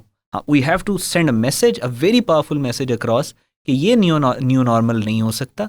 You are literally playing with fire. और हमने इस वजह से वो कंफ्यूज है कि यार मारा हमें पहले इन्होंने 6 मई को, फिर 10 मई को दोबारा मारा, तो हम पर ही हमला कर दिया। वो फॉरेन मिनिस्टर ने भी इंडिया के बाहर जाके कहा this was very unfair sir, this was very unfair. So उसकी जो लार्जर जो अंडरस्टैंडिंग है वो ये है कि पाकिस्तान अलाउ नहीं कर सकता। और हमारा यही है कि तुम लोग हमला करोगे, हम इसको तुम लोग। और एक और बात मैं आपके यहाँ पॉडकास्ट में बड़ी इंपॉर्टेंट करना चाह रहा हूँ कि ये भी इंडियंस को अब अंडरस्टैंडिंग हो जानी चाहिए कि हमेशा पाकिस्तान पहली स्ट्राइक लेगा नहीं। ऐसा नहीं हो सकता कि हम वेट करें कि हर दफ़ा आप हमें मारें, उसके बाद हम आपको मारें, ताकि ऐसा नहीं होगा। हमें अगर बाद में पता चलेगा कि इंटेलिजेंस रिपोर्ट्स आ गई, कंफर्म हो गया आपने अटैक करना है, पाकिस्तान के पास हर ऑप्शन है। Pakistan can pre-empt, Pakistan can defensively pre-empt, Pakistan should defensively pre-empt. ऐसा तो नहीं होगा ना, हमें पता है अब आपने सीरीज ऑफ वॉर शुरू कर दी है, ऑपरेशन सिंदूर आप कहते हैं 2.0 होगा और हम ये करेंगे, सारा कुछ करेंगे। दुनिया के अंदर जितनी भी बड़ी कौमें हैं, जितनी भी सेंसिबल नेशन हैं, जितने वॉर स्कूल्स हैं, वो सारे पढ़ाते हैं डिफेंसिव प्रीएम्प्टिव स्ट्राइक आपका बहुत पावरफुल एक टूल है डिफेंस, अपने आप को डिफेंड करने का। तो ये तो नहीं होगा कि हम इंडिया को पहली अपॉर्चुनिटी देंगे, ठीक है हमें पता है आप ओवर अटैक करो। Yeah, I suppose preemptive strike is a recognized form of defense. Form of defense, बिल्कुल। Islamic history में भी ग़ज़वा बनु मुस्तलिक में है, even it goes as far back as Alexander's time. तो हाँ, और I would suggest कि हमें इंडिया शुड नो कि ये भी ऑप्शन हमारे पास है। अब ये ऑप्शंस हमारे पास हैं, तुमने फिर भी अटैक करना है 100 में लाओ तो सही। That's fair enough. Now बात हो रही है उन लोगों की जो मिसाल के तौर पर हम कहें कि इंडिया के फलां आदमी ने कहा, फलां आदमी ने कहा, but we also saw a contingent of Pakistani seculars कि जो at least initial stages पे तो almost जैसे एक I want to use the right words here कि जैसे एक एजेंसी होती है किसी और मुल्क की, उसकी तरह वो ऑपरेट कर रहे हैं। It goes as deep as कि जंग से पहले पाकिस्तान के अंदर वो बयानियाँ हमें मिलना शुरू हो गया जो जंग के बाद इंडिया ने कंटिन्यू किया। सो मिसाल के तौर पे कि such and such attack India claim करता है, फॉर एग्जांपल मुंबई अटैक, उस पर हम सेपरेट आगे बात करेंगे चल के कि वो पाकिस्तान ने किया। But is it just a coincidence, and I hope it is, कि पाकिस्तान के सर्टन सेकुलर्स मुंबई अटैक के बारे में पहले बात कर रहे हैं और फिर उन्हीं दिनों में पहलगाम अटैक हो जाता है। What do you make of it? देखिए कैसे जो intelligence, the games of intelligence agencies are very complicated. ठीक है, मुझे नहीं लगता कि इट वाज अ कोइंसिडेंस कि आप जो डिस्कस कर रहे हैं मुंबई अटैक्स वाला, एक ही बंदे की पॉडकास्ट के अंदर 2 लोगों ने बैक टू बैक जो पहलगाम वाला फॉल्स फ्लैग ऑपरेशन था उससे पहले पाकिस्तान को दोबारा मलाइन करने की कोशिश की मुंबई अटैक के अंदर। और ये तो बात हम सबको पता है कि ये जो पहलगाम वाला फर्स्ट फ्लैग ऑपरेशन, उससे पहले ही इंडिया तैयारियां सारी कर चुका था। ये तो नहीं कि 10 दिन के अंदर आप तैयार होकर आपने मिसाइल अटैक कर दिया, ऐसे तो नहीं था ना। आप एग्रेसर थे तो आपने बहुत अच्छे से तैयारियां शुरू की होंगी। और नज़र भी आ रहा था इनकी मिलिट्री एक्सरसाइजेज जो बॉर्डर के करीब हो रही थी पिछले 2-3 महीनों में कि ये एक मिसचीफ प्लान कर रहे हैं। तो it's a very unfortunate reality. But war के शुरू में हमारे अंदर से भी बहुत सारे जो लोग थे उन्होंने वॉर से पहले भी पाकिस्तान के ख़िलाफ़, तो एक तबका है पाकिस्तान में जो हमेशा से पाकिस्तान के इदारे अफवाज के ख़िलाफ़ वो रहता है, और उन्होंने और फिर उसके वॉर के दौरान भी बहुत ज़्यादा, जिसको आसान ज़ुबान में बारीक वारदातें कहते हैं ना, क्योंकि पॉपुलर सेंटिमेंट उस वक्त तो पाकिस्तान की अफवाज के साथ था ना। उस वक्त तो आप अगर ये फ़ौज के ख़िलाफ़ बात करें तो आप तो कैंसिल आउट हो जाते। तो उन्होंने टेक्निकली बहुत क्लेवरली मैनिपुलेट करते हुए चीज़ों को फ़ौज की जड़ भी काटने की कोशिश की, क्योंकि आदत से मजबूर हैं। और उन्होंने क्या कहते हैं ये सारा अपना जो ऑडियंस थी उसको भी सफाइस किया, जो कि ट्रू। इसमें आपकी बात की कंटिन्यूएशन में मैं एक साहब का मैं नाम लेके बात करना चाहूँगा, सईद मुज़म्मिल साहब। आमतौर पे उनका कंटेंट जो होता है, मैं कहता हूँ कि लोग कहते हैं पाकिस्तान में सहाफ़त की इज़्ज़त नहीं है ना, इससे वो Syed Muzammil and his ilk, he is just representative के आप झूठ पे अपना कैरियर बिल्ड करें, there you go, national media पे आप आ गए हैं। He made a very disturbing comment in one of his podcasts in that overall जो डिस्कशन हो रही थी, एंड ही सेड कि उन्होंने कम दिया कि जो पावरफुल होता है, इंटेलिजेंट होता है, वो शेडोज़ के अंदर रहता है, और जो ज़्यादा एक्साइटेबल होता है वो बाहर आता है, तो रोशनी में उसको कोई और प्रेडेटर आता है वो पकड़ जाता है। तो ये सारी एनालॉजी के बाद वो कहते हैं कि India should not have come out of shadows. यानी उनका मतलब ये था कि इंडिया टीटीपी और बीएलए से दहशतगर्दी करता रहे और कन्वेंशनल अटैक ना आई करे। Like your interpretation because it's a very dangerous remark to make, particularly जंग के हालात में वो इंडिया को टिप्स दे रहे हैं कि इंडिया कैसे जीत सकता था और इंडिया ने क्या गलती की है कि India should not have come out of shadows. तो इसके अलावा कोई इंटरप्रिटेशन पॉसिबल हो सकती है कि इंडिया पर यही काम करता रहता है जैसे वो दहशतगर्दी पाकिस्तान के अंदर कर रहा है। अफसोस। तो इसके अलावा मुझे तो नहीं लगता और क्या इंटरप्रिटेशन है इसकी। क्या शेडोज़ में इंडिया क्या कर रहा था, shouldn't have come out of shadows, क्या कि वो जो उनका EU डिसइंफो लैब ने जो उनका इंफॉर्मेशन वॉरफेयर का एक प्रोपेगेंडा वॉरफेयर का सेटअप पकड़ा था उस तरह करते रहे, या जो हमारे खिलाफ पूरी दुनिया में पाकिस्तान को FATF और दहशतगर्द वो कर रहे हैं, क्या ये कह रहे थे कि वो चीज़ें करते रहें और कन्वेंशनल अटैक ना करें? आई डोंट नो, इंडिया इसके अलावा दो ही चीज़ें हैं, या उसने ओपन जंग की है या उसने शेडोज़ में रह के तो दहशतगर्दी की है, TTP और BLA वाली। And this is what the man has been saying. पर उसके बाद चले उनके बारे में एक ये बात है, मैं साथ उनको क्रेडिट भी देना चाहूँगा कि देन उनका जो बाद वाला जो कंटेंट था that was considerably different and better. तो ठीक, हमारे इख्तलाफ हो सकता है, डिफरेंट आइडियोलॉजीज हो सकती हैं, नहीं देखें, हर like to put it on record, हर जगह के ऊपर उनको भी ये रियलाइज़ हो जाना चाहिए कि उनके eight the end of the day, मैं अक्सर इन लोगों को मिसाल देता हूँ कि कश्मीर के अंदर ना एक इंडियन ऑक्यूपाइड कश्मीर में एक पूरी लॉबी थी जिन्होंने नस्ल दर नस्ल ब्राह्मणों के, जो ब्राह्मणाइज्ड एलीट है, इसके तलवे चाटे, जिसमें अब्दुल्ला की फैमिली है, महबूबा मुफ्ती की फैमिली है।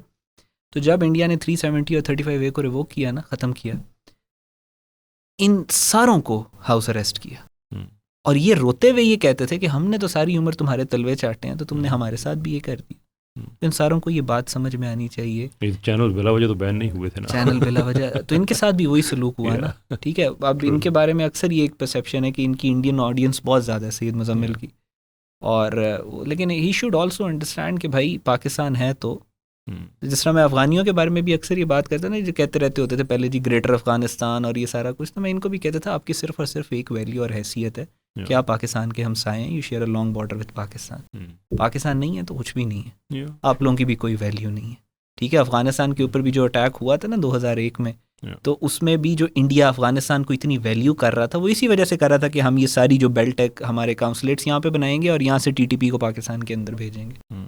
जो सबसे बड़ा डोनर अफ़गानिस्तान का इंडिया बना हुआ है ना, तो उसकी भी वजह सिर्फ और सिर्फ एक है कि इंडिया को ये लगता है अफ़गानिस्तान का इस्तेमाल करके पाकिस्तान में दहशतगर्दी करवा सकते। तो इनको भी ये पता होना चाहिए कि जब ये यूज़फुल हैं उस हद तक, जब तक ये पाकिस्तान को नुकसान पहुँचा रहे हैं, तो इनको ये सोचना चाहिए। इनका चैनल बैन हो गया, पीछे इनको अभी तो अकल आ जानी चाहिए। हाँ, hopefully, I mean this is इनके नहीं, बहुत से और लोग थे। अच्छा, अब उसमें सईद मुज़म्मिल साहब भी पाकिस्तान के जो बहुत सेकुलर्स हैं, वो आई मीन ऑलमोस्ट एक प्रोजेक्ट है हिस्ट्री रीराइटिंग का, कि पाकिस्तान की हिस्ट्री को रीराइट कर दिया जाए, historification, you know, meant to be a secular country, जंगें सारी पाकिस्तान ने शुरू की हैं, ये वो, मतलब ये तो सारी लगवियात हैं, इसमें तो कोई शक नहीं है। पर there are some other areas जहाँ पे पाकिस्तान के इवन इंटरनेशनल डिबेट्स में भी, नेशनल डिबेट्स में भी हमारे जो लोग रिप्रेजेंट करते हैं पाकिस्तान को, quite often there is a question Osama का, कि ओसामा बिन लादेन एक इंटरनेशनली रिकॉग्नाइज्ड, जितने भी दुनिया के बड़े इदारे हैं, डेजिग्नेट किया हुआ है कि वो एक दहशतगर्द आदमी था। पतंदी पॉपुलर नैरेटिव दो तीन है। एक ये है कि वो ये है कि उसे पाकिस्तान से पकड़ा गया। अब उसके बाद ये है कि पाकिस्तान में पकड़ा गया, ये हो नहीं सकता कि पाकिस्तान और पाकिस्तान के सिक्योरिटी इदारों को पता ना हो। और दूसरा ये है कि ये बिल्कुल हो सकता है और यही हुआ है कि नहीं पता, क्योंकि पाकिस्तान जब जंग की हालत में, उनका ये व्यू है, ये व्यू मैं ले नहीं रहा हूँ, but I want to be fair with people who make this view, कि पाकिस्तान हालत जंग में है, तो इतने बड़े पाकिस्तान में एक आदमी है वो टोटली एक अनकनेक्टेड ज़िंदगी गुजार रहा है, then it is fairly acceptable कि पाकिस्तान को उसके बारे में ना पता, दैट्स द स्लैब्स। ये दो कैंप्स हैं हमारे सामने, आप क्या कहते हैं? देखें कैसे भाई, सबसे पहले आप एक इस बारे में ना बहुत ज़्यादा मिसपरसेप्शंस मौजूद हैं। कहा जाता है कि उसामा बिन लादेन जो है वो पाकिस्तान ने उसामा बिन लादेन को सपोर्ट किया और ये सारा कुछ। CIA के एक एजेंट हैं, उनका उन्होंने अब से तकरीबन 8 या 9 साल पहले ये बात कर दी थी कि जो अलकायदा जिस फैक्शन को उसामा बिन लादेन हेड करता था, वो फैक्शन को ड्यूरिंग सोवियत अफ़गान वॉर ही CIA पेनिट्रेट कर चुकी थी। ठीक, अब यहाँ पे आप अगर इसको डिटेल में देखें तो अफ़गानिस्तान के अंदर मल्टीपल फैक्शंस और मल्टीपल ग्रुप्स हैं जो काम कर रहे थे। जो सोवियत यूनियन ने जब अटैक किया तो एक ग्रुप जो है नेचुरली इमर्ज हुआ अफ़गानिस्तान के अंदर, जिसने कहा कि हम सोवियत यूनियन के ख़िलाफ़ लड़ेंगे। उस ग्रुप का नाम था जिसमें अहमद शाह मसूद और ये जो क्या गुलबदीन हिकमतयार ये लोग थे सारे, उस्ताद सयाफ वाला काबुल यूनिवर्सिटी वाला ग्रुप जिसको कहते हैं, उसका नाम है अफ़गान मुजाहिदीन। ठीक, अफ़गान मुजाहिदीन जो थे उन्होंने कहा कि हम जब उनकी रेजिस्टेंस पावर पकड़ना शुरू होगी, स्ट्रेंथन हो रहा शुरू हो गई, तो सारा जो एंटी कम्युनिस्ट या प्रो कैपिटलिस्ट ब्लॉक था उसने इनको सपोर्ट करना शुरू कर दिया। सो पहले 3 साल तो किसी ने सपोर्ट नहीं किया। ठीक, उसके बाद क्या हुआ कि जब प्रो कैपिटलिस्ट अमेरिका उस वक्त एक पावर थी, उसने सारी चीज़ों को बैकअप, पाकिस्तान का जो उसमें इंटरेस्ट था वो ये था कि हम सोवियत यूनियन को अफोर्ड नहीं कर सकते अफगानिस्तान के अंदर, क्योंकि उनका अगला टारगेट गवादर सी पोर्ट है। यहाँ पे ये प्रोपेगेंडा बहुत ज़्यादा होता है कि पाकिस्तान ने तो डॉलरों के लिए जंग लड़ी, भाई हमने अपनी एग्जिस्टेंस की जंग लड़ी। ठीक है, आप सोवियत यूनियन ने अफगानिस्तान पे अटैक क्यों किया? क्योंकि सरदार दाऊद की जो हुकूमत थी वो ज़रा प्रो कैपिटलिस्ट हो गई थी। ठीक है, तो उन्होंने कहा कि we can not afford a pro capitalist government at our borders. अगर वो अफगानिस्तान के ऊपर कब्जा कर लेते तो फिर अफगानिस्तान से अगला कौन सा मुल्क था? पाकिस्तान। कौन क्या था? हम भी प्रो कैपिटलिस्ट ही थे ना, तो उन्होंने हमें नहीं, हमारे करना था। खैर, पाकिस्तानी, अच्छा, ये ग्रुप का नाम था अफगान मुजाहिदीन। जब ये एस्टैब्लिश हो गई ये रेजिस्टेंस मूवमेंट या फ्रीडम मूवमेंट के तौर के ऊपर, तो पूरी दुनिया से फाइटर्स आके ज्वाइन करना शुरू हो गए। जो फाइटर्स पूरी दुनिया से आते थे, स्पेशली अरब कंट्रीज से, उनका नाम था अलकायदा। और उस जो वो ग्रुप था उसको कंट्रोल करता था उसामा बिन लादेन। अच्छा, अब जब उसके बाद सोवियत यूनियन चला गया तो ये जो अलकायदा था ये स्टेशन हो गया अफगानिस्तान के अंदर। सिविल वॉर शुरू हो गई अफगान मुजाहिदीन के दरमियान, अहमद शाह मसूद, गुलबदीन हिकमतयार, इन सब के दरमियान में बहुत शदीद 6 साल सिविल वॉर रही 90s के अंदर। अच्छा, उस दौरान ये जो ग्रुप था ये वहीं पे स्टेशन था, अफगानिस्तान के अंदर स्टेशन था। इस सिविल वॉर के अगेंस्ट कंदहार से एक और ग्रुप इमर्ज हुआ जिसको मुल्ला उमर का ग्रुप कहा जाता है। उसका नाम था अफगान तालिबान, क्योंकि मदरसे के स्टूडेंट तालिब थे, वहाँ से निकला।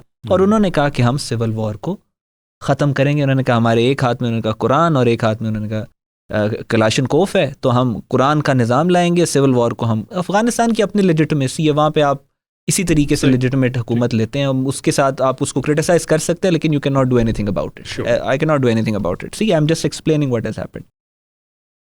अच्छा, अब जब तालिबान जब पावर में आए तो तालिबान में मुल्ला उमर का बहुत शदीद इख्तलाफ शुरू हो गया था उसामा बिन लादेन के साथ।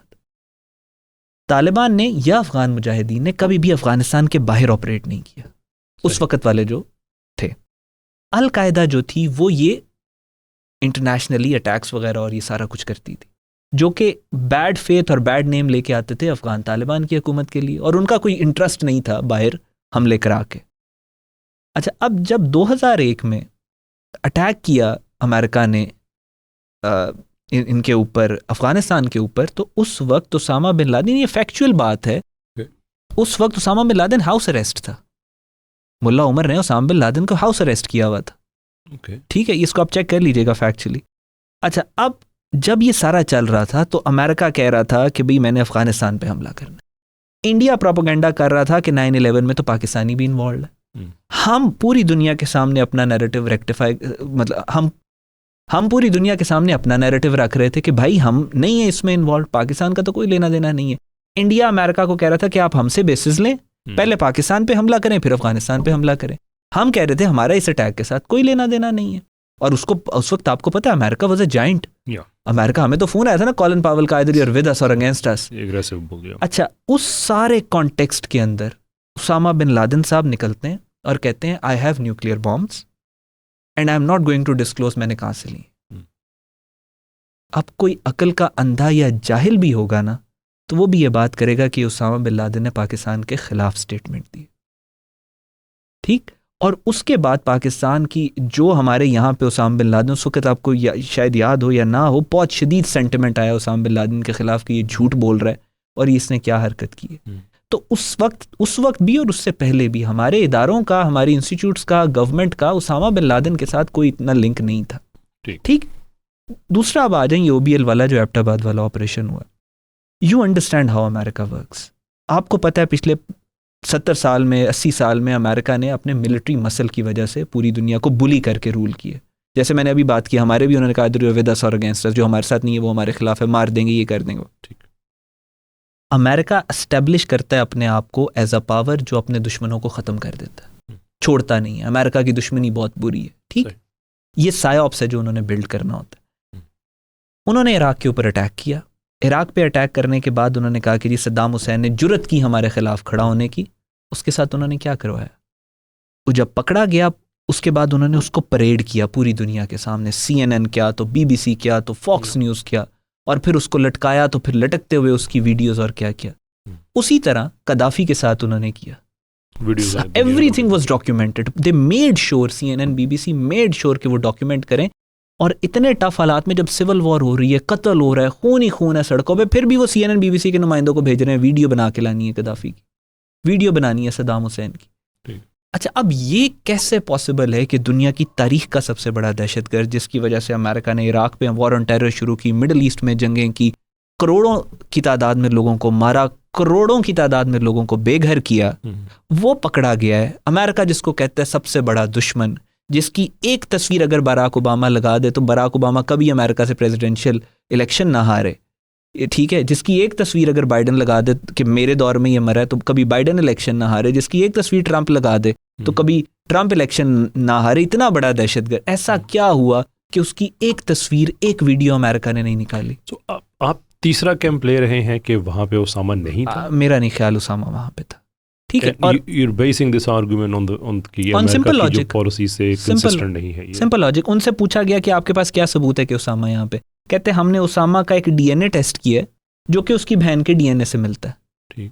ठीक, अब उसको कहा DNA की रिपोर्ट दे दो, रिपोर्ट नहीं देंगे, नहीं दी उन्होंने रिपोर्ट। या और ये सारा डॉक्यूमेंट हमारे पास जितनी इन्फॉर्मेशन है, what I understand from what you're saying कि हमें ये कहा जा रहा है कि take America's word on it। अब मुझे बताएं, एज एन इंटरनेशनल, छोड़े इंटरनेशनल रिलेशंस को भी, एज अ सिंपल आदमी, जब मुझे ये पता होगा कि इन्होंने इराक के ऊपर हमला किया, हमला करके they turned Iraq into a mass graveyard, 10 lakh के ऊपर लोगों को मार दिया, वहाँ पे पूरे मिडल ईस्ट में तबाही कर दी।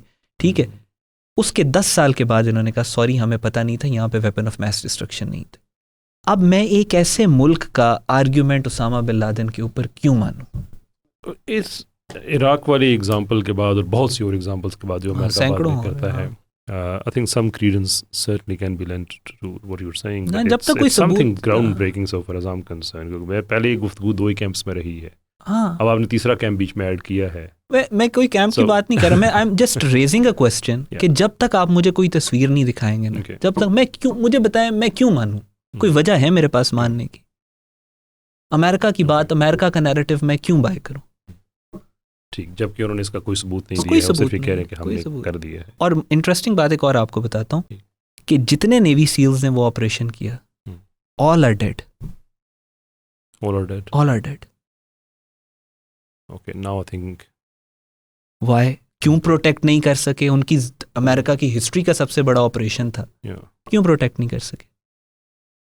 All are dead. ये आप सर्च करिएगा, आपको पता चलेगा, all of them are dead. Wow, ठीक है जनाब, on this bombshell let's move to the next topic, shall we? Right. आगे मुज़म्मिल साहब का जिक्र करते हुए मैंने कहा कि हम तफसील से बात करेंगे मुंबई अटैक्स पे, बिकॉज वो तो बहुत ओपनली कहते हैं वो हमने कराया। आई डोंट अंडरस्टैंड कि उनका हम मुझे समझ में नहीं आता। मैं थोड़ा सा साइड टॉपिक पे जा रहा हूँ। सॉरी, क्या किस बात पे कह रहे हैं हमले के? मतलब वो कहते हैं ना फलां जंग हमने की, 65 की वॉर हमने की, फलां वॉर हमने की, मुंबई अटैक्स हमने किए। मुझे उनके हम से ना वैसे थोड़ी सी कन्फ्यूजन है, क्योंकि वो बात करते हुए कहते हैं कि हमारी तो 5,000 साल की हिस्ट्री है। मैं कहता हूँ कि look, either you are a Syed और you are not. If you are not a Syed may be आपकी 5,000 साल की हिस्ट्री यहाँ पे हो, लेकिन अगर आप सैयद हैं, आपकी यहाँ की 5,000 साल की हिस्ट्री नहीं है। मेरी हो सकती है, मैं राजपूत हूँ, मैं लॉर्ड कृष्ण की फैमिली से हूँ, I can take that, but I disown that, right? मेरी अपनी reasons हैं, people can disown me because of that, that's fine. तो उसका हम वैसे बड़ा confused है, पर in this case Mumbai attack specifically ये कहना उनका भी और इंडियंस का भी कि मुंबई अटैक्स हमने किए हैं, I understand that you take a much different position on that. Take us through, sir. देखें कैसे भाई, जो मुंबई अटैक्स जो थे वो सारे it's an established false flag operation. India दुनिया का उन चंद ममालिक में से एक है जिनकी ऑफिशियल फॉरेन पॉलिसी का हिस्सा है फॉल्स फ्लैग ऑपरेशन. उन्होंने बहुत ज़्यादा किए हैं, बहुत ज़्यादा किए हैं. ठीक है, आप पंजाब के रहने वाले हैं, उसका पता नहीं कहते हैं कोई गांव कहाँ पे इन्होंने बनाया हुआ है इंडियंस ने, कि साहिवाल में, कसूर में, कहीं पे उसका गांव है.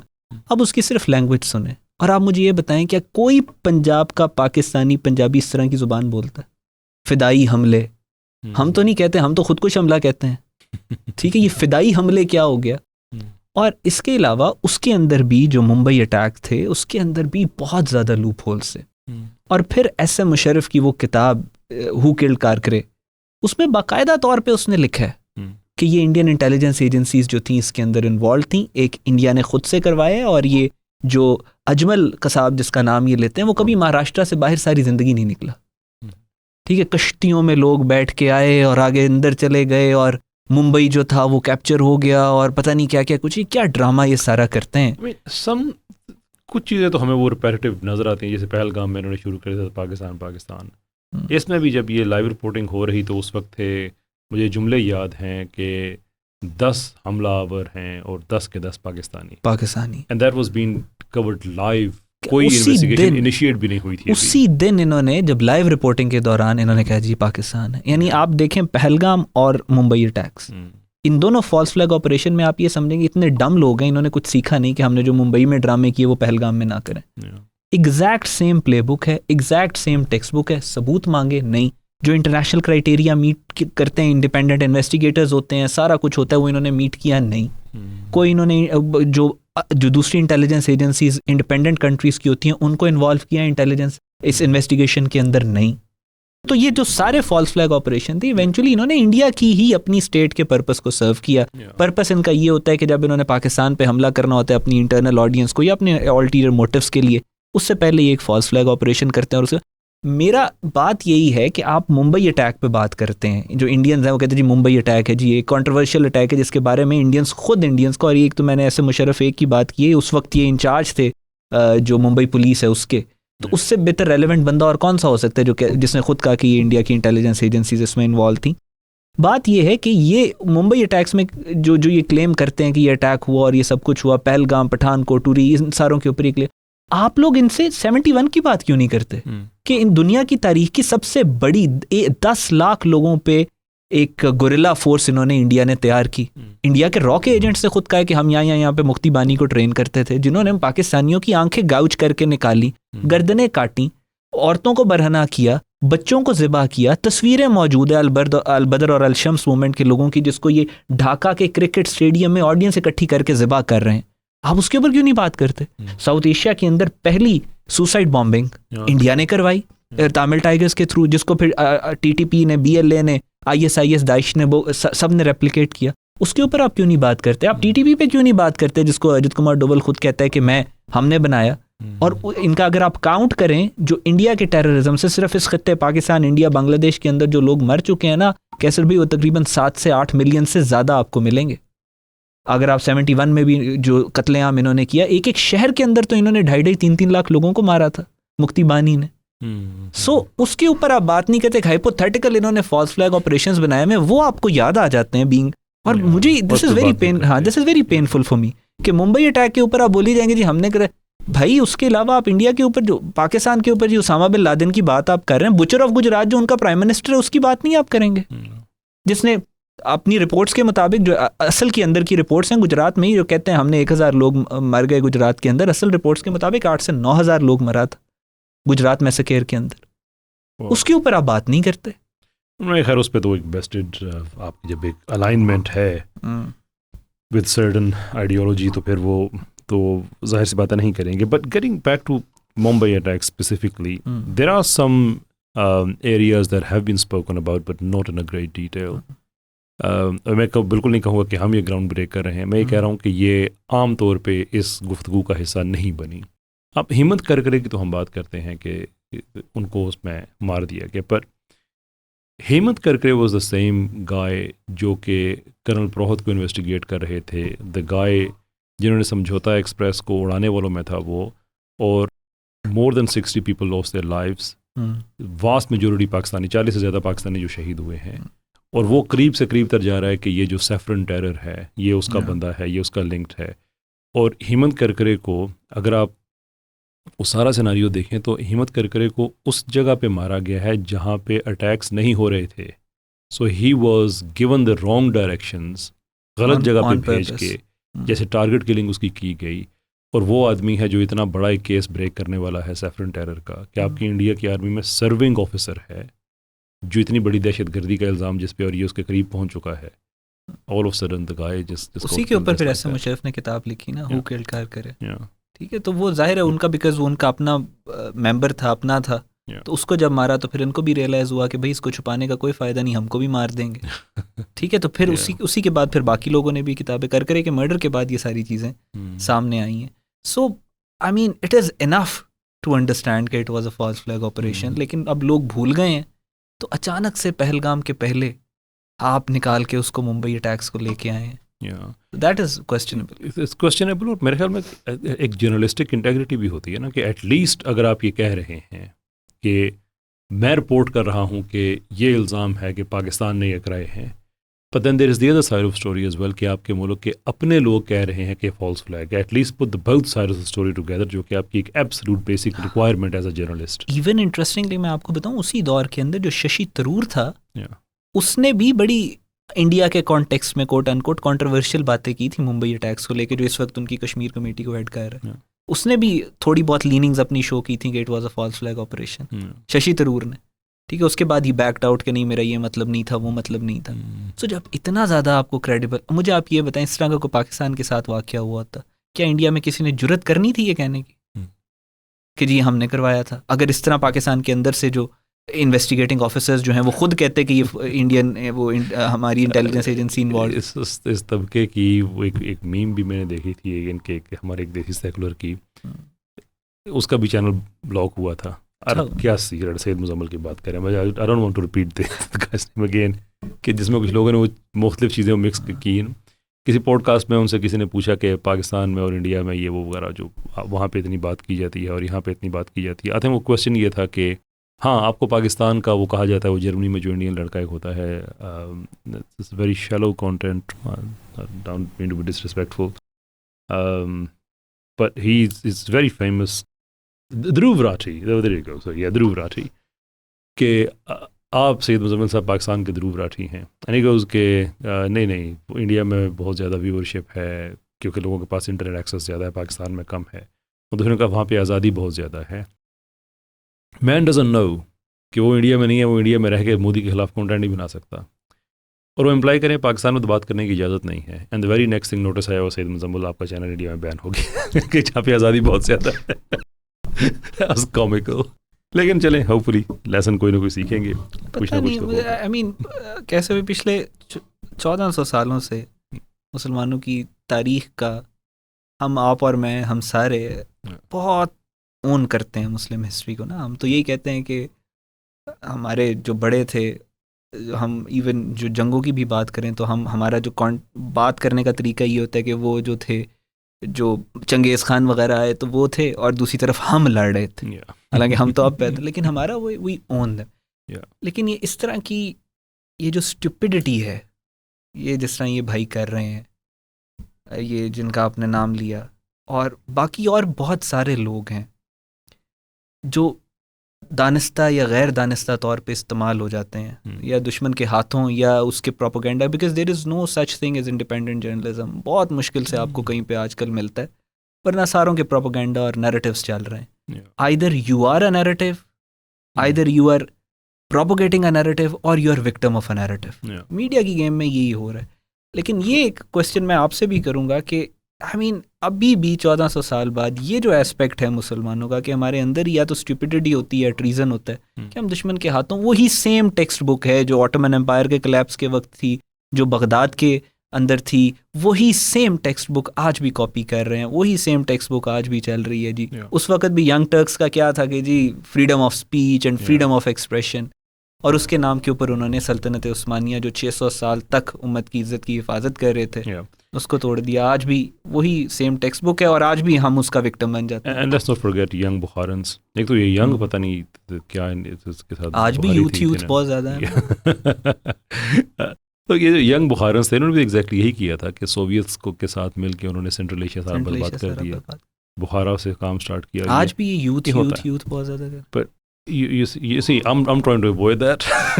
नहीं, मैं जर्नल यूथ की बात कर रहा हूँ ना। जर्नल आज भी तो पॉइजन यही करते हैं ना, जो यंग लोग जो हैं वो खड़े होंगे तो इस हिस्से के ना वो क्या कहते हैं उनको, रील्स वो निकलेंगी बीच में से। नो ऑफेंस टू एनीवन, देखिए आप और मैं, I am saying it out of pain. नहीं, मैं किसी को टारगेट नहीं कर रहा, सारे जो यूथ है वो भी हमारी अपनी है, किसी और की तो नहीं है।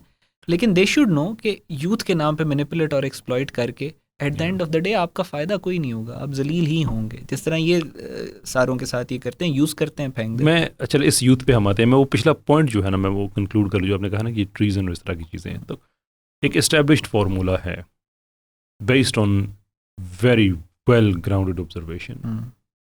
कई दफ़ा बात मैंने अपने लेक्चर वगैरह में भी कही है कि आप पथरीले पत्थरों पे चलें, so long as you have good footwear, अच्छी जूती आपकी है, आप सर्वाइव कर जाएंगे, मसला नहीं होगा। बड़े बड़े पत्थरों पे आप जा रहे हैं, फिर भी मसला नहीं होगा। लेकिन एक छोटा सा कंकर आपके जूते के अंदर आ जाए, आपकी ज़िंदगी अज़ाब बन जाती है। ट्रू। अरब नेशनलिज्म वो कंकर था जो खिलाफत उस्मानिया के अंदर डाला गया था। यंग टर्क्स, यंग बुखारन्स, ये वही थे, ये वही फार्मूला है। और अगर आप रैंड कॉरपोरेशंस की अगर आप डॉक्यूमेंट्स अगर आप पढ़ें, और मैंने बहुत तफसील से उनके पढ़े हैं, उसके अंदर आप जब पढ़ते हैं तो वहाँ पे नाम नहीं लिखे हुए, but you can actually see कि ये किस आदमी के बारे में बात की जा रही है कि हमें ऐसे लोग चाहिए पाकिस्तान के अंदर जो डिस्ग्रंटल्ड यूथ को मॉडर्निज्म एक अल्टरनेटिव लाइफस्टाइल के तौर पे बताएं, जो ये बताएं कि हमारी अपनी 5000 साल की हिस्ट्री, वहाँ पे 1000 साल नहीं लिखा हुआ क्योंकि वो पाकिस्तान स्पेसिफिक डॉक्यूमेंट्स नहीं है, वो आलम इस्लाम के लिए हैं। लेकिन जहाँ जहाँ पे भी इस्लाम है उनको अल्टरनेटिव हिस्ट्री बताएं कि आपकी अपनी इतनी अच्छी थी। यानी कि आप पैरेलल मॉडल्स आप बताते रहें कि लोग उसमें कंफ्यूज होते रहें। तो जब हम इस तबके को देखते हैं हम, तो वी कैन क्लियरली सी कि देयर इज़ वो ideas. Again we don't say कि ट्रैंड कॉर्पोरेशन वाले इनको पैसे देते हैं, क्या करते हैं, बट वो what we are saying is कि जो वो अचीव करना चाहते थे वो इस तरह के। इसलिए मैं प्यार से इस तबके को देसी क्विजलिंग भी कहता हूँ, because I don't think that any other name can be given to them. They are quislings. वो दे डोंट नो कि क्विजलिंग के साथ भी क्या हुआ था एंड में। ऐसे ही आपकी बात से मुझे याद है, एक फिल्देस एक बड़े अच्छे टर्किश रिसर्चर हैं, he is written a research paper on the collapse of Ottoman empire and greater Israel और सारा कॉन्सेप्ट। सो सीरिया को he took it as a case study, और उन्होंने कहा फॉर 600 ईयर्स जो सीरिया था, इसको आम तौर पे जब ऑटोमन एम्पायर में था और उससे पहले भी, इसको कहा जाता था the most peaceful region in the Middle East, और quiet province of Ottoman empire भी कहा जाता था क्योंकि अमन बहुत ज़्यादा था इसमें। और फिर उन्होंने कहा कि अकॉर्डिंग टू हिज रिसर्च, उन्होंने कहा कि एक मदर आइडेंटिटी थी इस्लाम की और ऑटोमन एम्पायर की। जब वो कलैप्स की, उसके साथ इन्होंने इंस्टिगेट कर दिया नेशनलिज्म की, ज़ुबान के ऊपर जो आइडेंटिटी थी उसको, सेक्ट के ऊपर आइडेंटिटी को, एथनिसिटी को इन्होंने वो करना शुरू कर दिया। जब वो मल्टीपल आइडेंटिटीज़ उठी तो वो आपस में in conflict with each other थी, और उसका नतीजा फिर आपने देखा कि उस वक्त जो सीरिया में आग लगी, इट्स बिन 70 ईयर्स, ख़त्म नहीं हुई। द मोस्ट, पूरी दुनिया के अंदर सबसे ज़्यादा जिस खत्ते में टर्मोइल है वो सीरिया है, और ये क्वाइट प्रोविंस से द मोस्ट केओटिक प्रोविंस का सफ़र उसने 10 सालों के अंदर तय किया, 10 सालों कोलैप्स से पहले। सो एवरीबडी यहाँ पाकिस्तान के अंदर भी और पूरे मुस्लिम वर्ल्ड में जनरली शुड नो कि आप ये तो छोटी छोटी आइडेंटिटीज़ लेके आ रहे हैं ना, मैं पंजाबी और मैं सिंधी और मैं शिया और मैं सुन्नी, जब दुश्मन के गोले आएंगे ना तो वो डिफ्रेंशिएट नहीं करेंगे between a Shia and a Sunni, between a Noon लीगी एंड अ पीटीआई गाय और a People's Party guy, between a Punjabi और अ बलोची, वो नहीं आइडेंटिफाई करेंगे, वो आके मारेंगे। उसी तरह पूरे मिडल ईस्ट में हुआ है, सेम एग्जांपल है। और अभी भी अल्लाह ताला ने हमें मिडल ईस्ट से लाखों गुना बेहतर हाल में रखा हुआ है। इज्जत करें इस फ्रीडम की। No, this is one of the things कि आप पाकिस्तान में बैठ के पाकिस्तान पे क्रिटिसाइज कर सकते हैं because you are free enough to do so, and the reason you are free enough is because someone is doing his and her job, you know, for that matter. अच्छा, अभी एक हमने शिफ्ट इंडिया में देखा कि बहुत से वहाँ पे so to speak liberal content creators वो भी बहुत ज़्यादा कंजर्वेटिव हो गए, और वो एक ब्राह्मण जो आप कह रहे हैं उस आइडियोलॉजी को, या RSS आइडियोलॉजी जो भी हम उसे कहें कि वो उसकी तरफ गए। उनमें उनके कंटेंट क्रिएटर हैं, उन्होंने I think it's Dhruv Rathee actually, जिन्होंने बताया कि पाकिस्तान के अंदर कितनी स्टेबिलिटी है, कोई वज़ीर आज़म अपना टाइम पूरा नहीं कर सका और इसको हटा दिया, उसको उन्होंने कुछ लगाए। तो उसके पाकिस्तान भर से लोगों ने रिस्पॉन्सेज दिए, मैंने भी दिया। मेरे रिस्पॉन्स में था कि आप इस चीज़ को छोड़ें कि पाकिस्तान के अंदर किसी की गवर्नमेंट पूरी हुई या नहीं हुई, obviously we have to do better than that, we don't justify that at all.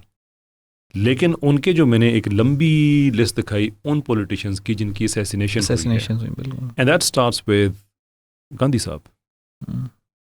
Godse ने उनको कत्ल कर दिया, और उसके बाद एक लंबी लिस्ट है, वो बहुत लंबी लिस्ट है, कभी वो वीडियो आपकी नज़र से गुजरे तो आप उसे देखिएगा कि वो उन लोगों की है कि जिन लोगों को वहाँ पे हुकूमत पूरी करने नहीं दी गई, उनको सांसें नहीं पूरी करने दी गई, I mean they were done. तो this the whole idea of India born in such a chaos कि उनके लीडर को उनके अपने ही एक आदमी ने killed him, and that then instigated a chain of political assassinations that are going on in India ever since. ऐसे भाई मेरा ख्याल है दुनिया का वाहिद मुल्क होगा कि जिसने इस तरीके से अपने जो फाउंडिंग फादर जिसको ये कहते हैं उसको मरवा दिया। राना अयूब एक इंडियन सहाफ़ी हैं, उसने एक आर्टिकल लिखा चंद साल पहले वॉशिंगटन पोस्ट के लिए। उसने कहा था that the India of Gandhi is no more. जो इंडिया आप अब देख रहे हैं that's India of Nathuram Godse. Gandhi की अस्थियां कहाँ हैं नोबडी नोज। नथुराम गॉडसे की अस्थियां अभी भी पड़ी हैं, क्योंकि इन्होंने वो वचन और कस्में खाई नहीं है कि वो जब हम पाकिस्तान को कैप्चर करेंगे तो सिंध रिवर में बहाएंगे। ऑफिशियली गवर्नमेंट उस इंस्टीट्यूट को ओन करती है जहां पे नथुराम गॉडसे की अस्थियां पड़ी। ये बाकायदा तौर पे इंटरव्यू है गॉडसे के पोते का इस बात के ऊपर। So this is the amount of fascism that they have. Yogi Adityanath Uttar Pradesh का चीफ मिनिस्टर है, मोहन भगवत उसको प्राइम मिनिस्टर बनाना चाहता है। उसका बयान मौजूद है कि हम जो है सिंध रिवर जो है, क्योंकि वहाँ पे हमारे वेद लिखे हुए हैं, तो हमें सिंध रिवर को भी कैप्चर करना है, सिंध को कैप्चर करना है, यानी पाकिस्तान को कैप्चर करना। तो इसका एक तरीका है ना, एक जैसे उनके मीडिया ने एक रात में पाकिस्तान के 25 शहर उड़ा दिए थे, ऐसे ही मीडिया में चला दे कि सिंध पे कब्जा कर लिया, दरिया सिंध पे बात खत्म। अगर इस तरह से खुद को अपनी ईगो को एस्वेज करना है तो यू आर, देखिए ये बॉलीवुड देखें, एक होता है, I am sorry to all the good hearted Indian friends, मैं बहुत रिस्पेक्ट करता हूँ वहाँ के लोगों की, बट नॉर्मली होता है किसी मुल्क के अंदर फिल्म इंडस्ट्री होती है, आवर नेबर ये ओनली एग्जाम्पल है जहाँ फिल्म इंडस्ट्री के अंदर पूरा मुल्क चल रहा है, तो आप चला दें, बात खत्म। लेकिन कैसे भी इसमें अगर आप थोड़ा सा इसको बैकग्राउंड में देखें ना, दुनिया में इस वक्त जो ये एक्सपेंशनिस्ट आइडियोलॉजीज है ना, वो पावर पकड़ रही हैं। आप अपने ऊपर देखें तो रशिया है, वो नीचे को यूक्रेन की तरफ, नियो सोवियत यूनियन की तरफ आ रहा है। आप चाइना का देखें तो वन चाइना पे वो एक्सपेंशनिज्म कर रहा है। अमेरिका में पिछले दिनों डोनाल्ड ट्रंप ने कहा कि हम फला फला मुल्क के ऊपर कब्जा कर लेंगे, कनाडा को अपना सूबा बना लेंगे, ग्रीनलैंड तक आएंगे, बात हो गई। आप उसके अलावा मिडल ईस्ट में आप जाएं तो टर्क्स कहते हैं कि हम नियो ऑटोमनिज्म के नाम के ऊपर अपना एक्सपैंड करेंगे। सीरिया के अंदर भी वो अपना इन्फ्लुएंस करने की कोशिश कर रहे हैं। फिर जो ये ज़ायनिज़्म है, ग्रेटर इसराइल का कॉन्सेप्ट, वो अपने आप को एक्सपैंड करने की बात कर रहा है। और फिर इंडिया के अंदर भी अखंड भारत की पॉलिसी है, ठीक है, तो वो भी अपने आप को एक्सपैंड करने की बात कर रहे हैं।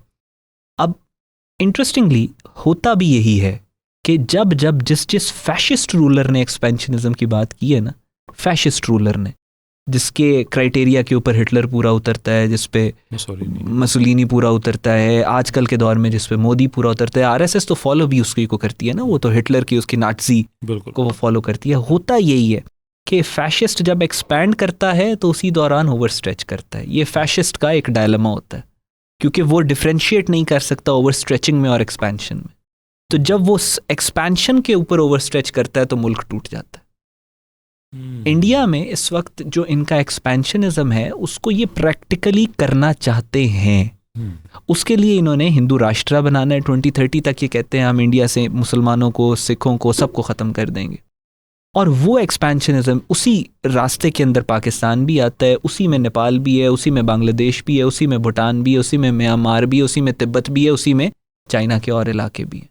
सो अब डायलेमा ये है, इसराइलीज़ हैं वो पूरे यूरोप से अपने लोगों को लेके आए कि हमने यहाँ पे रहना है। इसराइल क्यों आए? वो ग्रेटर इसराइल के कॉन्सेप्ट के लिए ना। अब वो डायलेमा में फंस गए हैं। अब अगर ग्रेटर इसराइल अचीव नहीं होता, people will start leaving Israel. 2% population सिर्फ पिछले 2 साल में परमानेंटली छोड़ के चली गई है। वैसे ही जो लोग गए हैं उनकी तो तादाद अनकाउंटेबल है। ठीक उसी तरह अब इंडिया भी ऐसे पॉइंट पे आ गया है कि अगर ये हिंदू राष्ट्र और अखंड भारत अचीव नहीं करते तो ये ऐसा फ्रैंकेनस्टाइन मॉन्स्टर इन्होंने क्रिएट किया इंडियन मीडिया की शक्ल में, वो मोदी और योगी को ही खा जाएगा। ठीक है, तो इस वजह से इनके लिए ये चीज़ बहुत ज़रूरी है कि करते रहना। और यही जो वजह है, यही जो उनका एक्सपेंशनिज्म और ओवर स्ट्रेचिंग है, ये रीज़न बनेगा इंडिया के कोलैप्स का। इंडिया कभी भी यूनाइटेड नहीं रहा। ये जो छोटी छोटी रियासतें हैं नेचुरल फॉर्म में अलग-अलग रही हैं। There is nothing united India. आज कहते हैं इंडिया के नक्शे पे रियासतों के नाम मिटा दो, शायद ही कोई इंडियन हो जो दोबारा आइडेंटिफाई करके बना सके। इंडिया के अंदर 120+ इंसर्जेंसीज हैं, 120+ फ्रीडम स्ट्रगल्स। किसी दुनिया के मुल्क में नहीं। 12 नोटेबल आमतौर पे बताई जाती हैं, but we saying they are 120, 12 तो कुछ भी नहीं है, 120।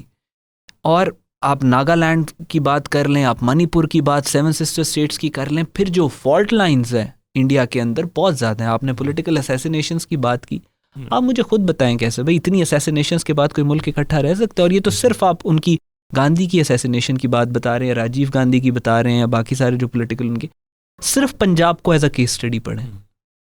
कितने चीफ मिनिस्टर्स हैं पंजाब के, या कितनी पंजाब की लीडरशिप है जिसको असैसिनेट नहीं करवाया? पंजाब के अंदर ये बात करता है, जिसने भी ये कहा है कि पाकिस्तान के अंदर पॉलिटिकल इंस्टेबिलिटी और ये सारा 40 से लेकर अब तक इन्होंने शुरू में पहले 20-25 सालों में ये तो कोई हुकूमत ही नहीं चलने देते थे पंजाब में, गिरा देते थे, दोबारा गिरा देते थे। जिसके बाद फिर संत जरनैल सिंह खालसा भिंडरा वाले ने मूवमेंट अपनी चलाई और वो सारा उसने आज़ाद सूबा और ये सूबे के राइट्स और ये सारा कुछ उसने किया। इन्होंने कौन सी रियासत के अंदर हुकूमतें चलने दी हैं? मणिपुर के अंदर इन्होंने क्या किया? पॉपुलेशन जो थी वो ज़्यादा कुकी, क्रिश्चियन और मेतीस के दरमियान में डिवाइडेड थी। एक ऐसा चीफ मिनिस्टर लगाया जानबूझ के जो पपेट था, और उसके थ्रू इन्होंने मणिपुर के अंदर बगावत करवा दी, हाई कोर्ट से फैसला लिया। नागालैंड के अंदर ये क्या करते हैं? आसाम में, त्रिपुरा में ये क्या करते हैं? सिक्किम में ये क्या करते हैं? सो ये सारी चीज़ें इंडिया की इतनी फॉल्ट लाइन्स है ना, इतनी फॉल्ट लाइन्स है। एक हमारा टीम मेंबर है, उसने बड़ी इंटरेस्टिंग बात की थी। उसे कहता है अमन भाई यार, ये जितनी दहशतगर्दी इंडिया ने पाकिस्तान में करवाई ना पिछले 20 सालों में, उसका 1% भी अगर इंडिया में होता ना तो इंडिया टूट जाना था। और ये जो पिछले 20 साल में जो दहशतगर्दी इन्होंने करवाई है ना, उसने पाकिस्तान को इतना ज़्यादा स्ट्रेंथन कर दिया है कि अब वो यार, उसे कहते हैं वॉर बैप्टिज्म, वो हमारा हो चुका है। हमारी पूरी कौम ने जंग देखी है। हमारी 25 करोड़ आबादी है, इंडिया की 1.25 करोड़ है। इंडिया एग्रेसर है।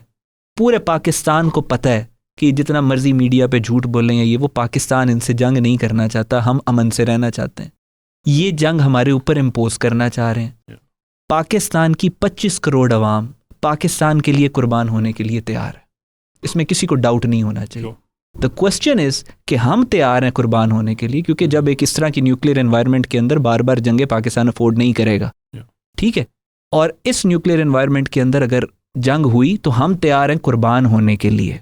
सवाल ये है कि 1.25 बिलियन जो इंडिया की पॉपुलेशन है, वो मोदी, योगी, अमित शाह, राजनाथ सिंह के लिए कुर्बान होने के लिए तैयार हैं या नहीं? That is the question. No they are not. हमने 2019 में देखा था, उनके जितने जिंग्विस्टिक वो थे, उनके वो मीडिया के लोग पाकिस्तान का ये करें वो करें, वो अभिनंदन का जब कैप्चर हुआ तो उन्हीं लोगों ने ही इन्हीं अपने गोस्वामी और बाकी जो मीडिया के लोग हैं उनकी तस्वीरें लगाई हुई थी कि काइंडली पाकिस्तान आप ये ले लें, अभिनंदन वापस कर दें, अभिनंदन वापस कर दें। ऐसे ही है। और अभी वाली जो ये ऑपरेशन सिंदूर वाला ड्रामा इन्होंने किया, और हमारा बुनियानुन मरसूस मार्का हक जो है ना, इंडिया कहता है कि मेरी जो डेप्थ है ना वो मेरी स्ट्रेंथ है, मतलब पीछे नॉर्थ वाली साइड पे और आगे पीछे।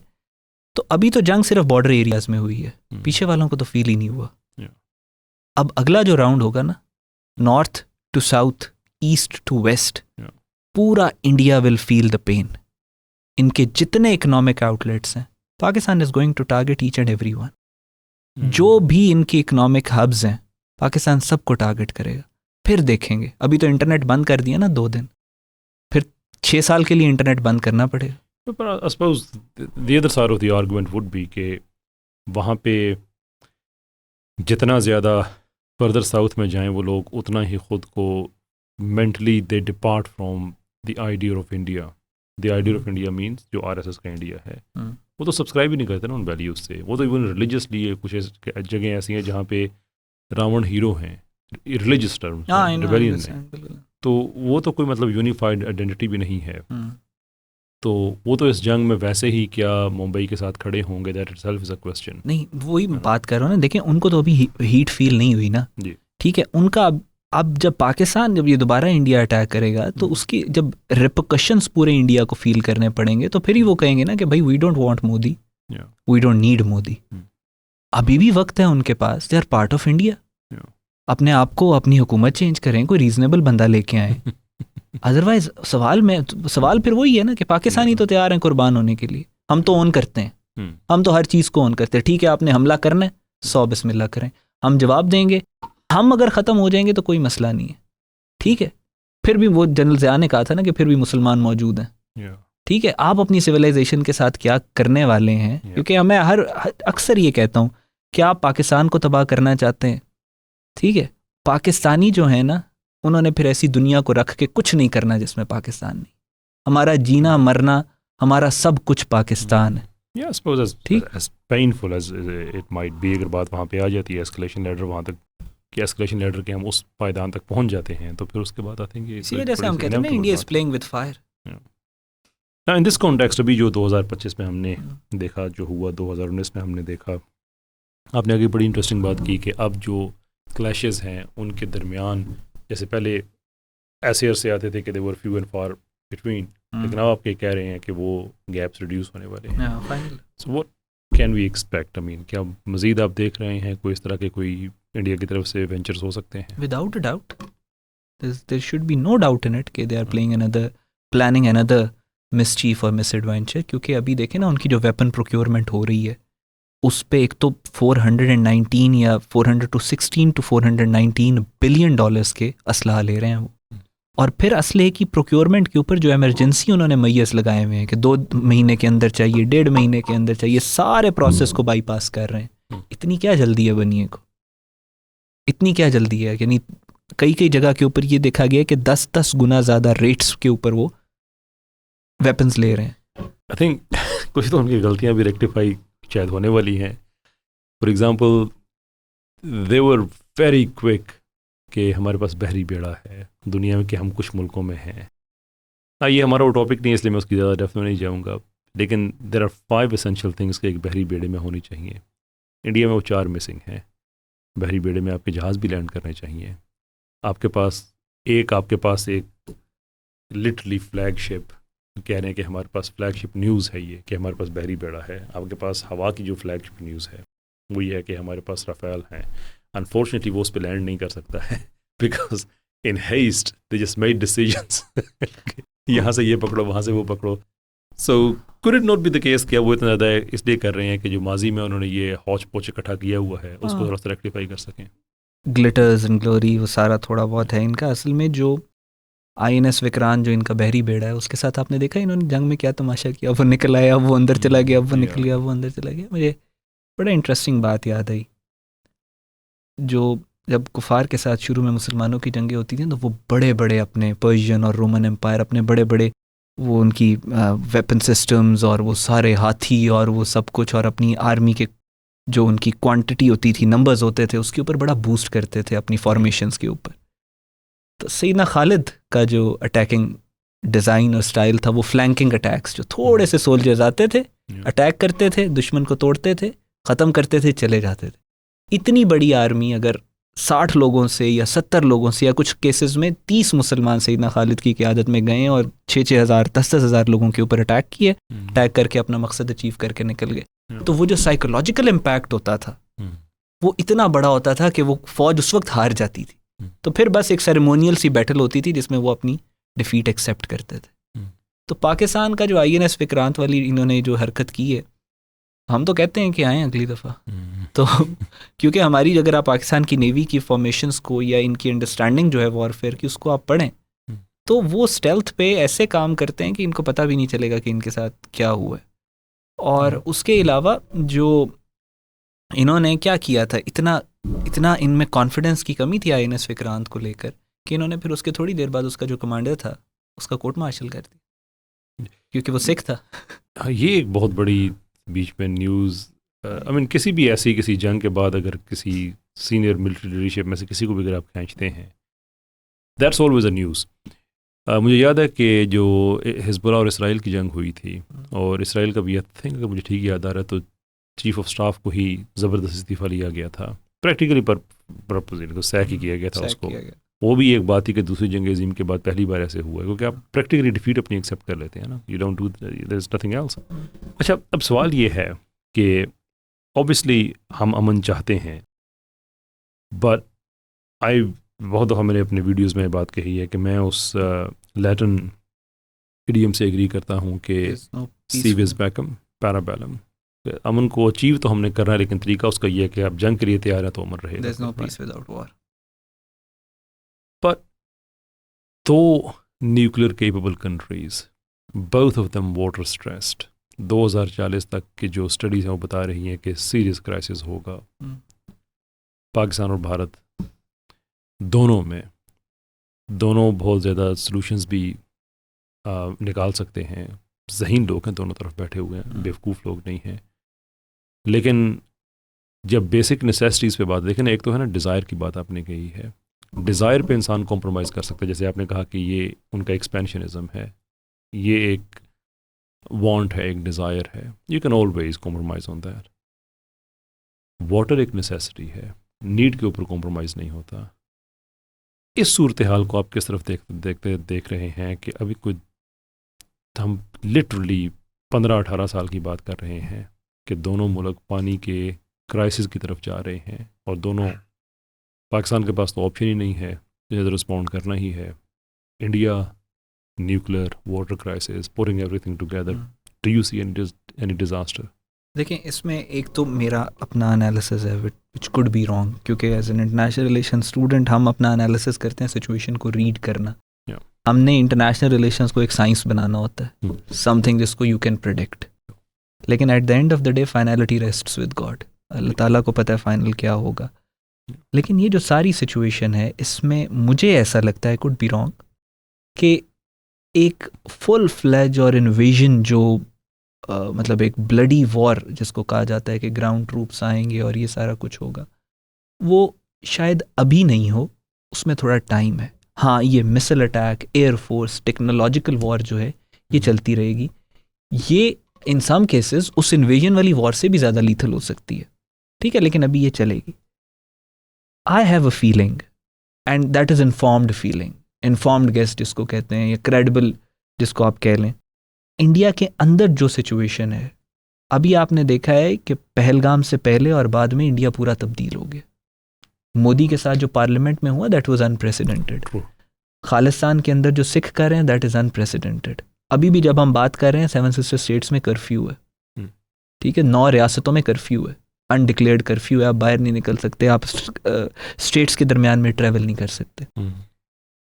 इंडिया के अंदर अगर ये सिंदूर 2.0 करते हैं, कोई ड्रामेबाजी करते हैं, पाकिस्तान का फिर रिस्पॉन्स आएगा। उस रिस्पॉन्स के बाद मुझे ऐसा लगता है कि इंडिया अंदर से ही कोलैप्स करेगा। इंडिया की रियासतें, और एक India is just a state away from disintegration. एक रियासत जिस दिन इंडिया से अलहदा हो गई, India will disintegrate. Chain trigger होगी, उससे चेन ट्रिगर, डोमिनो इफेक्ट होगा। अच्छा, जहाँ तक कश्मीर की बात है, Kashmir has never been part of India, वो इंडिया की रियासत नहीं है, वो कश्मीर इज़ पाकिस्तान। पाकिस्तान का पानी के ऊपर क्लेम है हमारा, और वो हमारी रेड लाइन है। उसके लिए हमें जो करना पड़ा हम करेंगे, जो करना पड़ा, ठीक है। पानी हमारी रेड लाइन है, तो डैम्स को ब्लो अप करना जो करना पड़ा हम करेंगे। नहीं रह सकते ना पानी के बगैर। Chilling statement you are making. जो करना पड़ा करेंगे, पाकिस्तान को जो करना पड़ा वो करेंगे, रेस्ट एश्योर्ड। इंडिया ने बात, तो आप जो उनकी अगर हिस्ट्री देखें तो वो बात सुनेंगे नहीं, ठीक है। और पानी हमारी, मैं दोबारा कहूँगा, पानी हमारी रेड लाइन है। आइदर इंडिया विल अंडरस्टैंड और विल मेक देम अंडरस्टैंड। लेकिन इस सारी सिचुएशन के अंदर इससे पहले की चीज़ें इस नौबत पे आए, मुझे ऐसे लगता है कि India will disintegrate. Because it has bigger problems to deal with domestically. Yes, मुझे नहीं लगता कि मोदी के जो जिंगोइज्म है उसको इंडियंस अफोर्ड कर सकते हैं या इंडियंस उसको सब्सक्राइब करते हैं ज़्यादातर। हाँ, इस वक्त जो पावर में लोग हैं और जो बीजेपी का कल्टिस्ट ग्रुप है वो फोर्स कर रहे हैं उनको भी आने पे। अभी वो थोड़ा सा पावर में आए हैं, इनको ब्रीदिंग स्पेस दी है पाकिस्तान के ऑपरेशन बुनियानुन मरसूस और मार्का हक ने। सेन वॉइसेस या मैं उसको ये नहीं कहूँगा pro Pakistan voices, anti Modi voices को पाकिस्तान ने ब्रीदिंग स्पेस दी है। जो दूसरा राउंड होगा उसके बाद उनको पावर मिलेगी।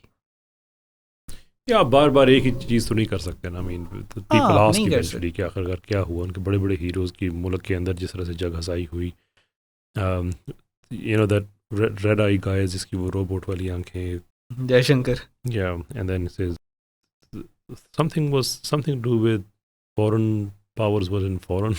I don't remember the sentence. America के बारे में बात की, where was America, where was US, US was in United States. Yes, in United States. It's a ground breaking knowledge. उसका डिप्लोमेटिक एक्सपीरियंस है 30-40 साल का, आप इमेजिन करो। And he's become a meme. हाँ, he is a meme. He has always been a meme. पता नहीं ये बीजेपी ने उसको बहुत ज़्यादा चढ़ाया, बता I don't know why. तो I mean इस तरह, और ये मीम्स जो हैं ये इंडिया में है, पाकिस्तान में तो चले हैं ही हैं। पाकिस्तान तो नेक्स्ट लेवल है इंडिया में, मतलब।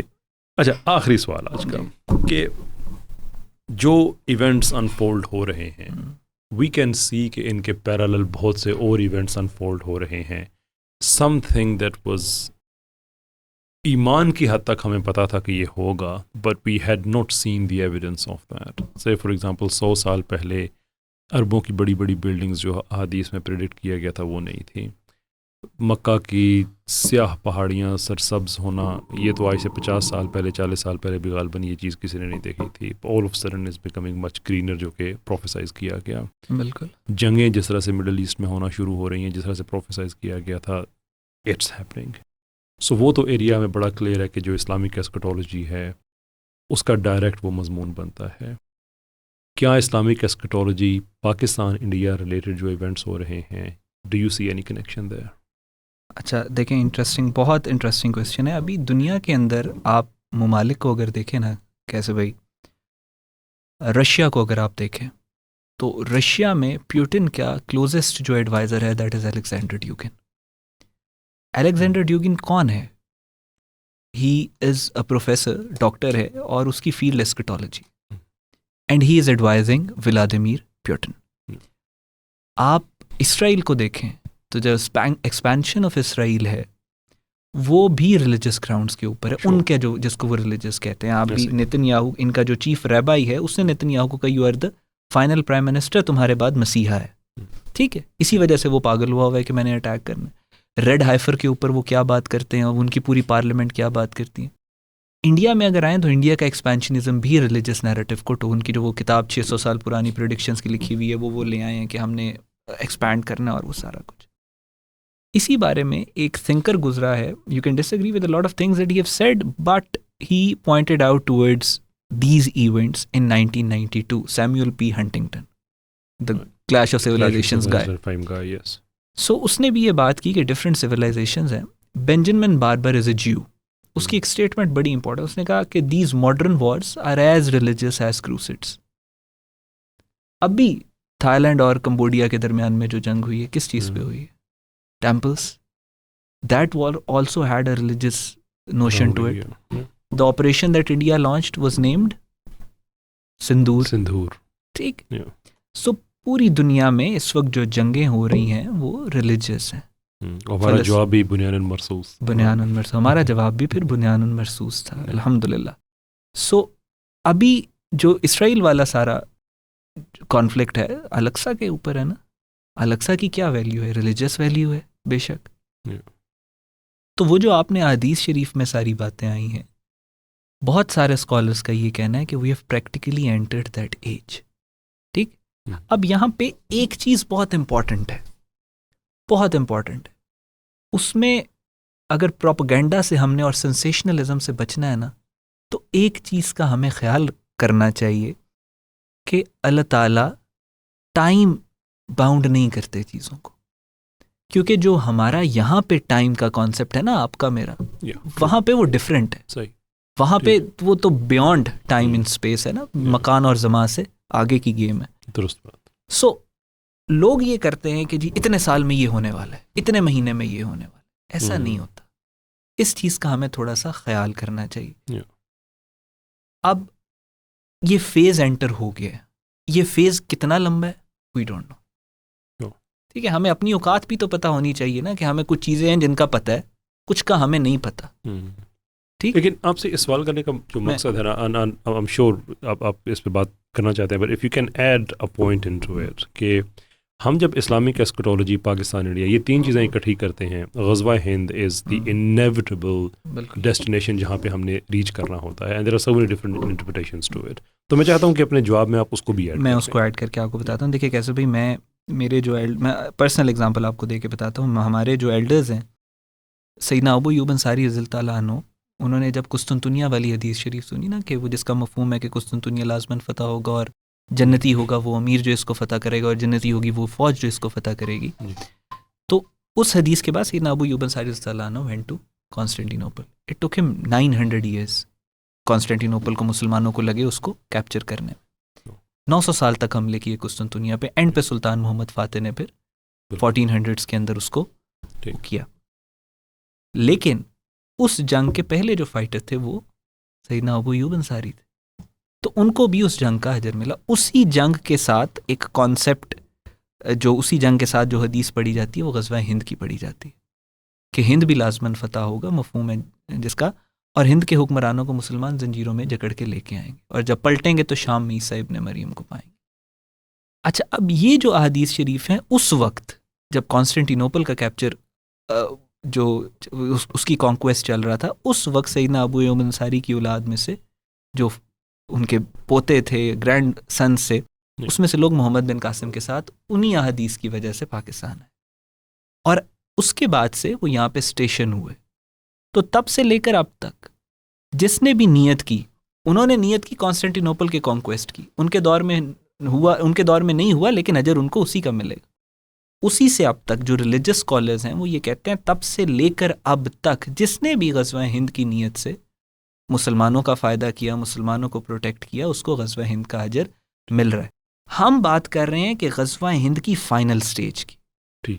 ठीक है, फाइनल स्टेज जो है ग़ज़वा हिंद की, वो ऐसा लगता है कि अब शुरू हो गई है। क्योंकि आप अगर उसको इंटरनेशनल रिलेशन की टर्म्स पे भी देखें ना, क्योंकि हमारे पास टाइम का तो तयन हदीस शरीफ में नहीं है, एंड टाइम्स का जनरल जिक्र है, टाइम के ऊपर हम बात नहीं कर सकते।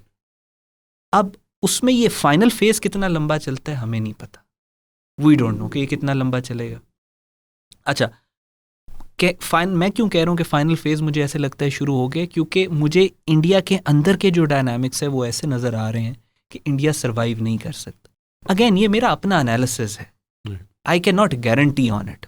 हो सकता है अल्लाह ताला जो है इसको लंबा कर दें, या हो सकता है कोई और फेज हो सकता है मैं गलत हूँ, ठीक है, लेकिन ये मेरा अपना analysis as an international student है, इंटरनेशनल रिलेशंस के स्टूडेंट के तौर के ऊपर है। अच्छा, अब ये जो फाइनल मुझे क्यों लगता है कि ये फाइनल स्टेज है, क्योंकि इंडिया मुझे कोलैप्स होता हुआ नजर आ रहा है। मैंने आपसे इस पॉडकास्ट, आपके इस क्वेश्चन से पहले भी आपसे डिस्कस किया ना कि क्यों मुझे कोलैप्स होता हुआ नजर आ रहा है। और दूसरी जो इंपॉर्टेंट बात है कि हिंद के हुक्मरानों को जंजीरों में लपेट के लाएंगे। Now you look at Modi, you look at Yogi, you look at Amit Shah, you look at Rajnath Singh.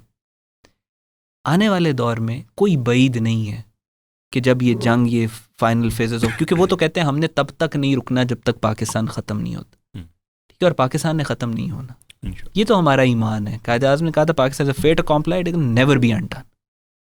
Pakistan क़यामत तक इंशाल्लाह रहेगा। कि पाकिस्तान के तराने में भी हम पढ़ते हैं ना, पाक सरजमीन शादबाद, किश्वर हसीन शादबाद, तू निशान अज़्म अली शान अर्ज़ पाकिस्तान, ये जो सारे छोटे छोटे साया खुदाए जुल जलाल, और ये सारा जो तराने के अंदर ही आते हैं, ये सारे के सारे हमने हदीस शरीफ से, कि नबी रसूलुल्लाह सल्लल्लाहु अलैहि वसल्लम ने फरमाया कि मुझे इस साइड से ठंडी हवा आती है, जिस पे इकबाल का शेर था, मीर अरब को आई ठंडी हवा, जहाँ से मेरा वतन वही है, मेरा वतन वही है, ठीक है।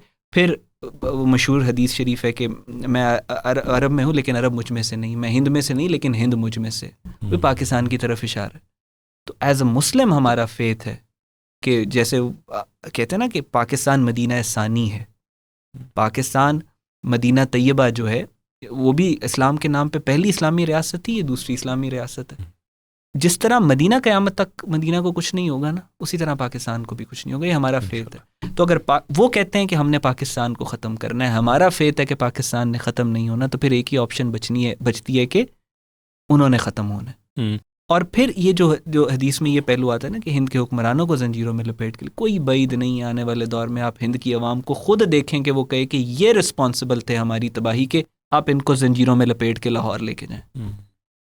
ठीक है, और अपने एंकर्स के बारे में तो उन्होंने कह दिया था कि ये ले जाएं, ये ले जाएं। अब पॉलिटिशियंस के बारे में भी कहेंगे। सो यहाँ पे जो हदीस एस्कटोलॉजिकल सीक्वेंस है वो ये है कि खुरासान से लश्कर उठेंगे, कबलस खुरासान, ये खुरासान की जानिब का लफ्ज़ इस्तेमाल हुआ है, खुरासान की जानिब से रायातुस सूद गहरे सब्ज़ रंग के झंडे निकलेंगे।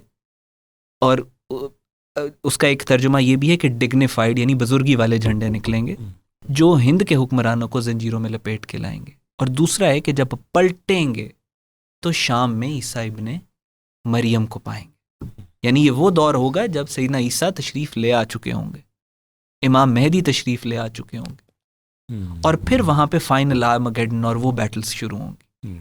और फिर उन बैटल्स के नतीजे में खिलाफत राशिदा का निज़ाम दोबारा कायम होगा, इमाम मेहदी अलैहिस्सलाम की हुकूमत कायम होगी, मुसलमान दोबारा यूनाइट करेंगे। ये सारी प्रेडिक्शंस बता, इसका जो स्टेपिंग स्टोन है यानी जो पहला इवेंट है वो कॉन्क्वेस्ट ऑफ इंडिया है, कॉन्क्वेस्ट ऑफ हिंद है। फिर उसके बाद चेन ऑफ इवेंट्स शुरू होंगे जो एस्कटोलॉजिकल। अब ये जो अहादीस शरीफ हैं उनको पढ़ के यही चीज़ समझ में आती है जो एंड टाइम्स के ऊपर है। इसमें टाइम क्या होगा वो फिर उसका स्पेसिफाई नहीं करना चाहिए। कब शुरू होगा, शुरू होने के बाद कितना लंबा चलेगा, हिंद की जो कॉन्क्वेस्ट है उसके बाद जब पलटना है तो शाम में ईसा इब्ने मरियम को पाना है, उसमें कितना टाइम है, ये आप कुछ नहीं कह सकते। हमें ये पता है कि कौन सी चीज़ किससे पहले होगी, लेकिन उसके इन बिटवीन कितना टाइम, ये राज अल्लाह के पास, ये राज अल्लाह के पास। थैंक यू सर, बहुत बहुत शुक्रिया आपका। होपफुली ये बातें हमने कही हैं इसमें से कई जहन खुलेंगे और कई रिसर्च के नए दरवाजे खुलेंगे, लोग इनको फॉलो अप करेंगे। आमतौर पे हमारी ऑडियंस जो है वो बाद में फीडबैक देती है वो यही है कि हमने फलां पॉइंट को एलेबरेट किया और उसमें से ये चीज़ें निकली। Hopefully that tradition will continue. ख़वातीन व हज़रात, आज की पॉडकास्ट हमारी यहाँ पे ख़त्म होती है। बहुत बहुत शुक्रिया। बहुत जल्द नए टॉपिक के साथ आपकी खिदमत में दोबारा हाज़िर होंगे। अनटिल दैट टाइम, अल्लाह हाफ़िज़।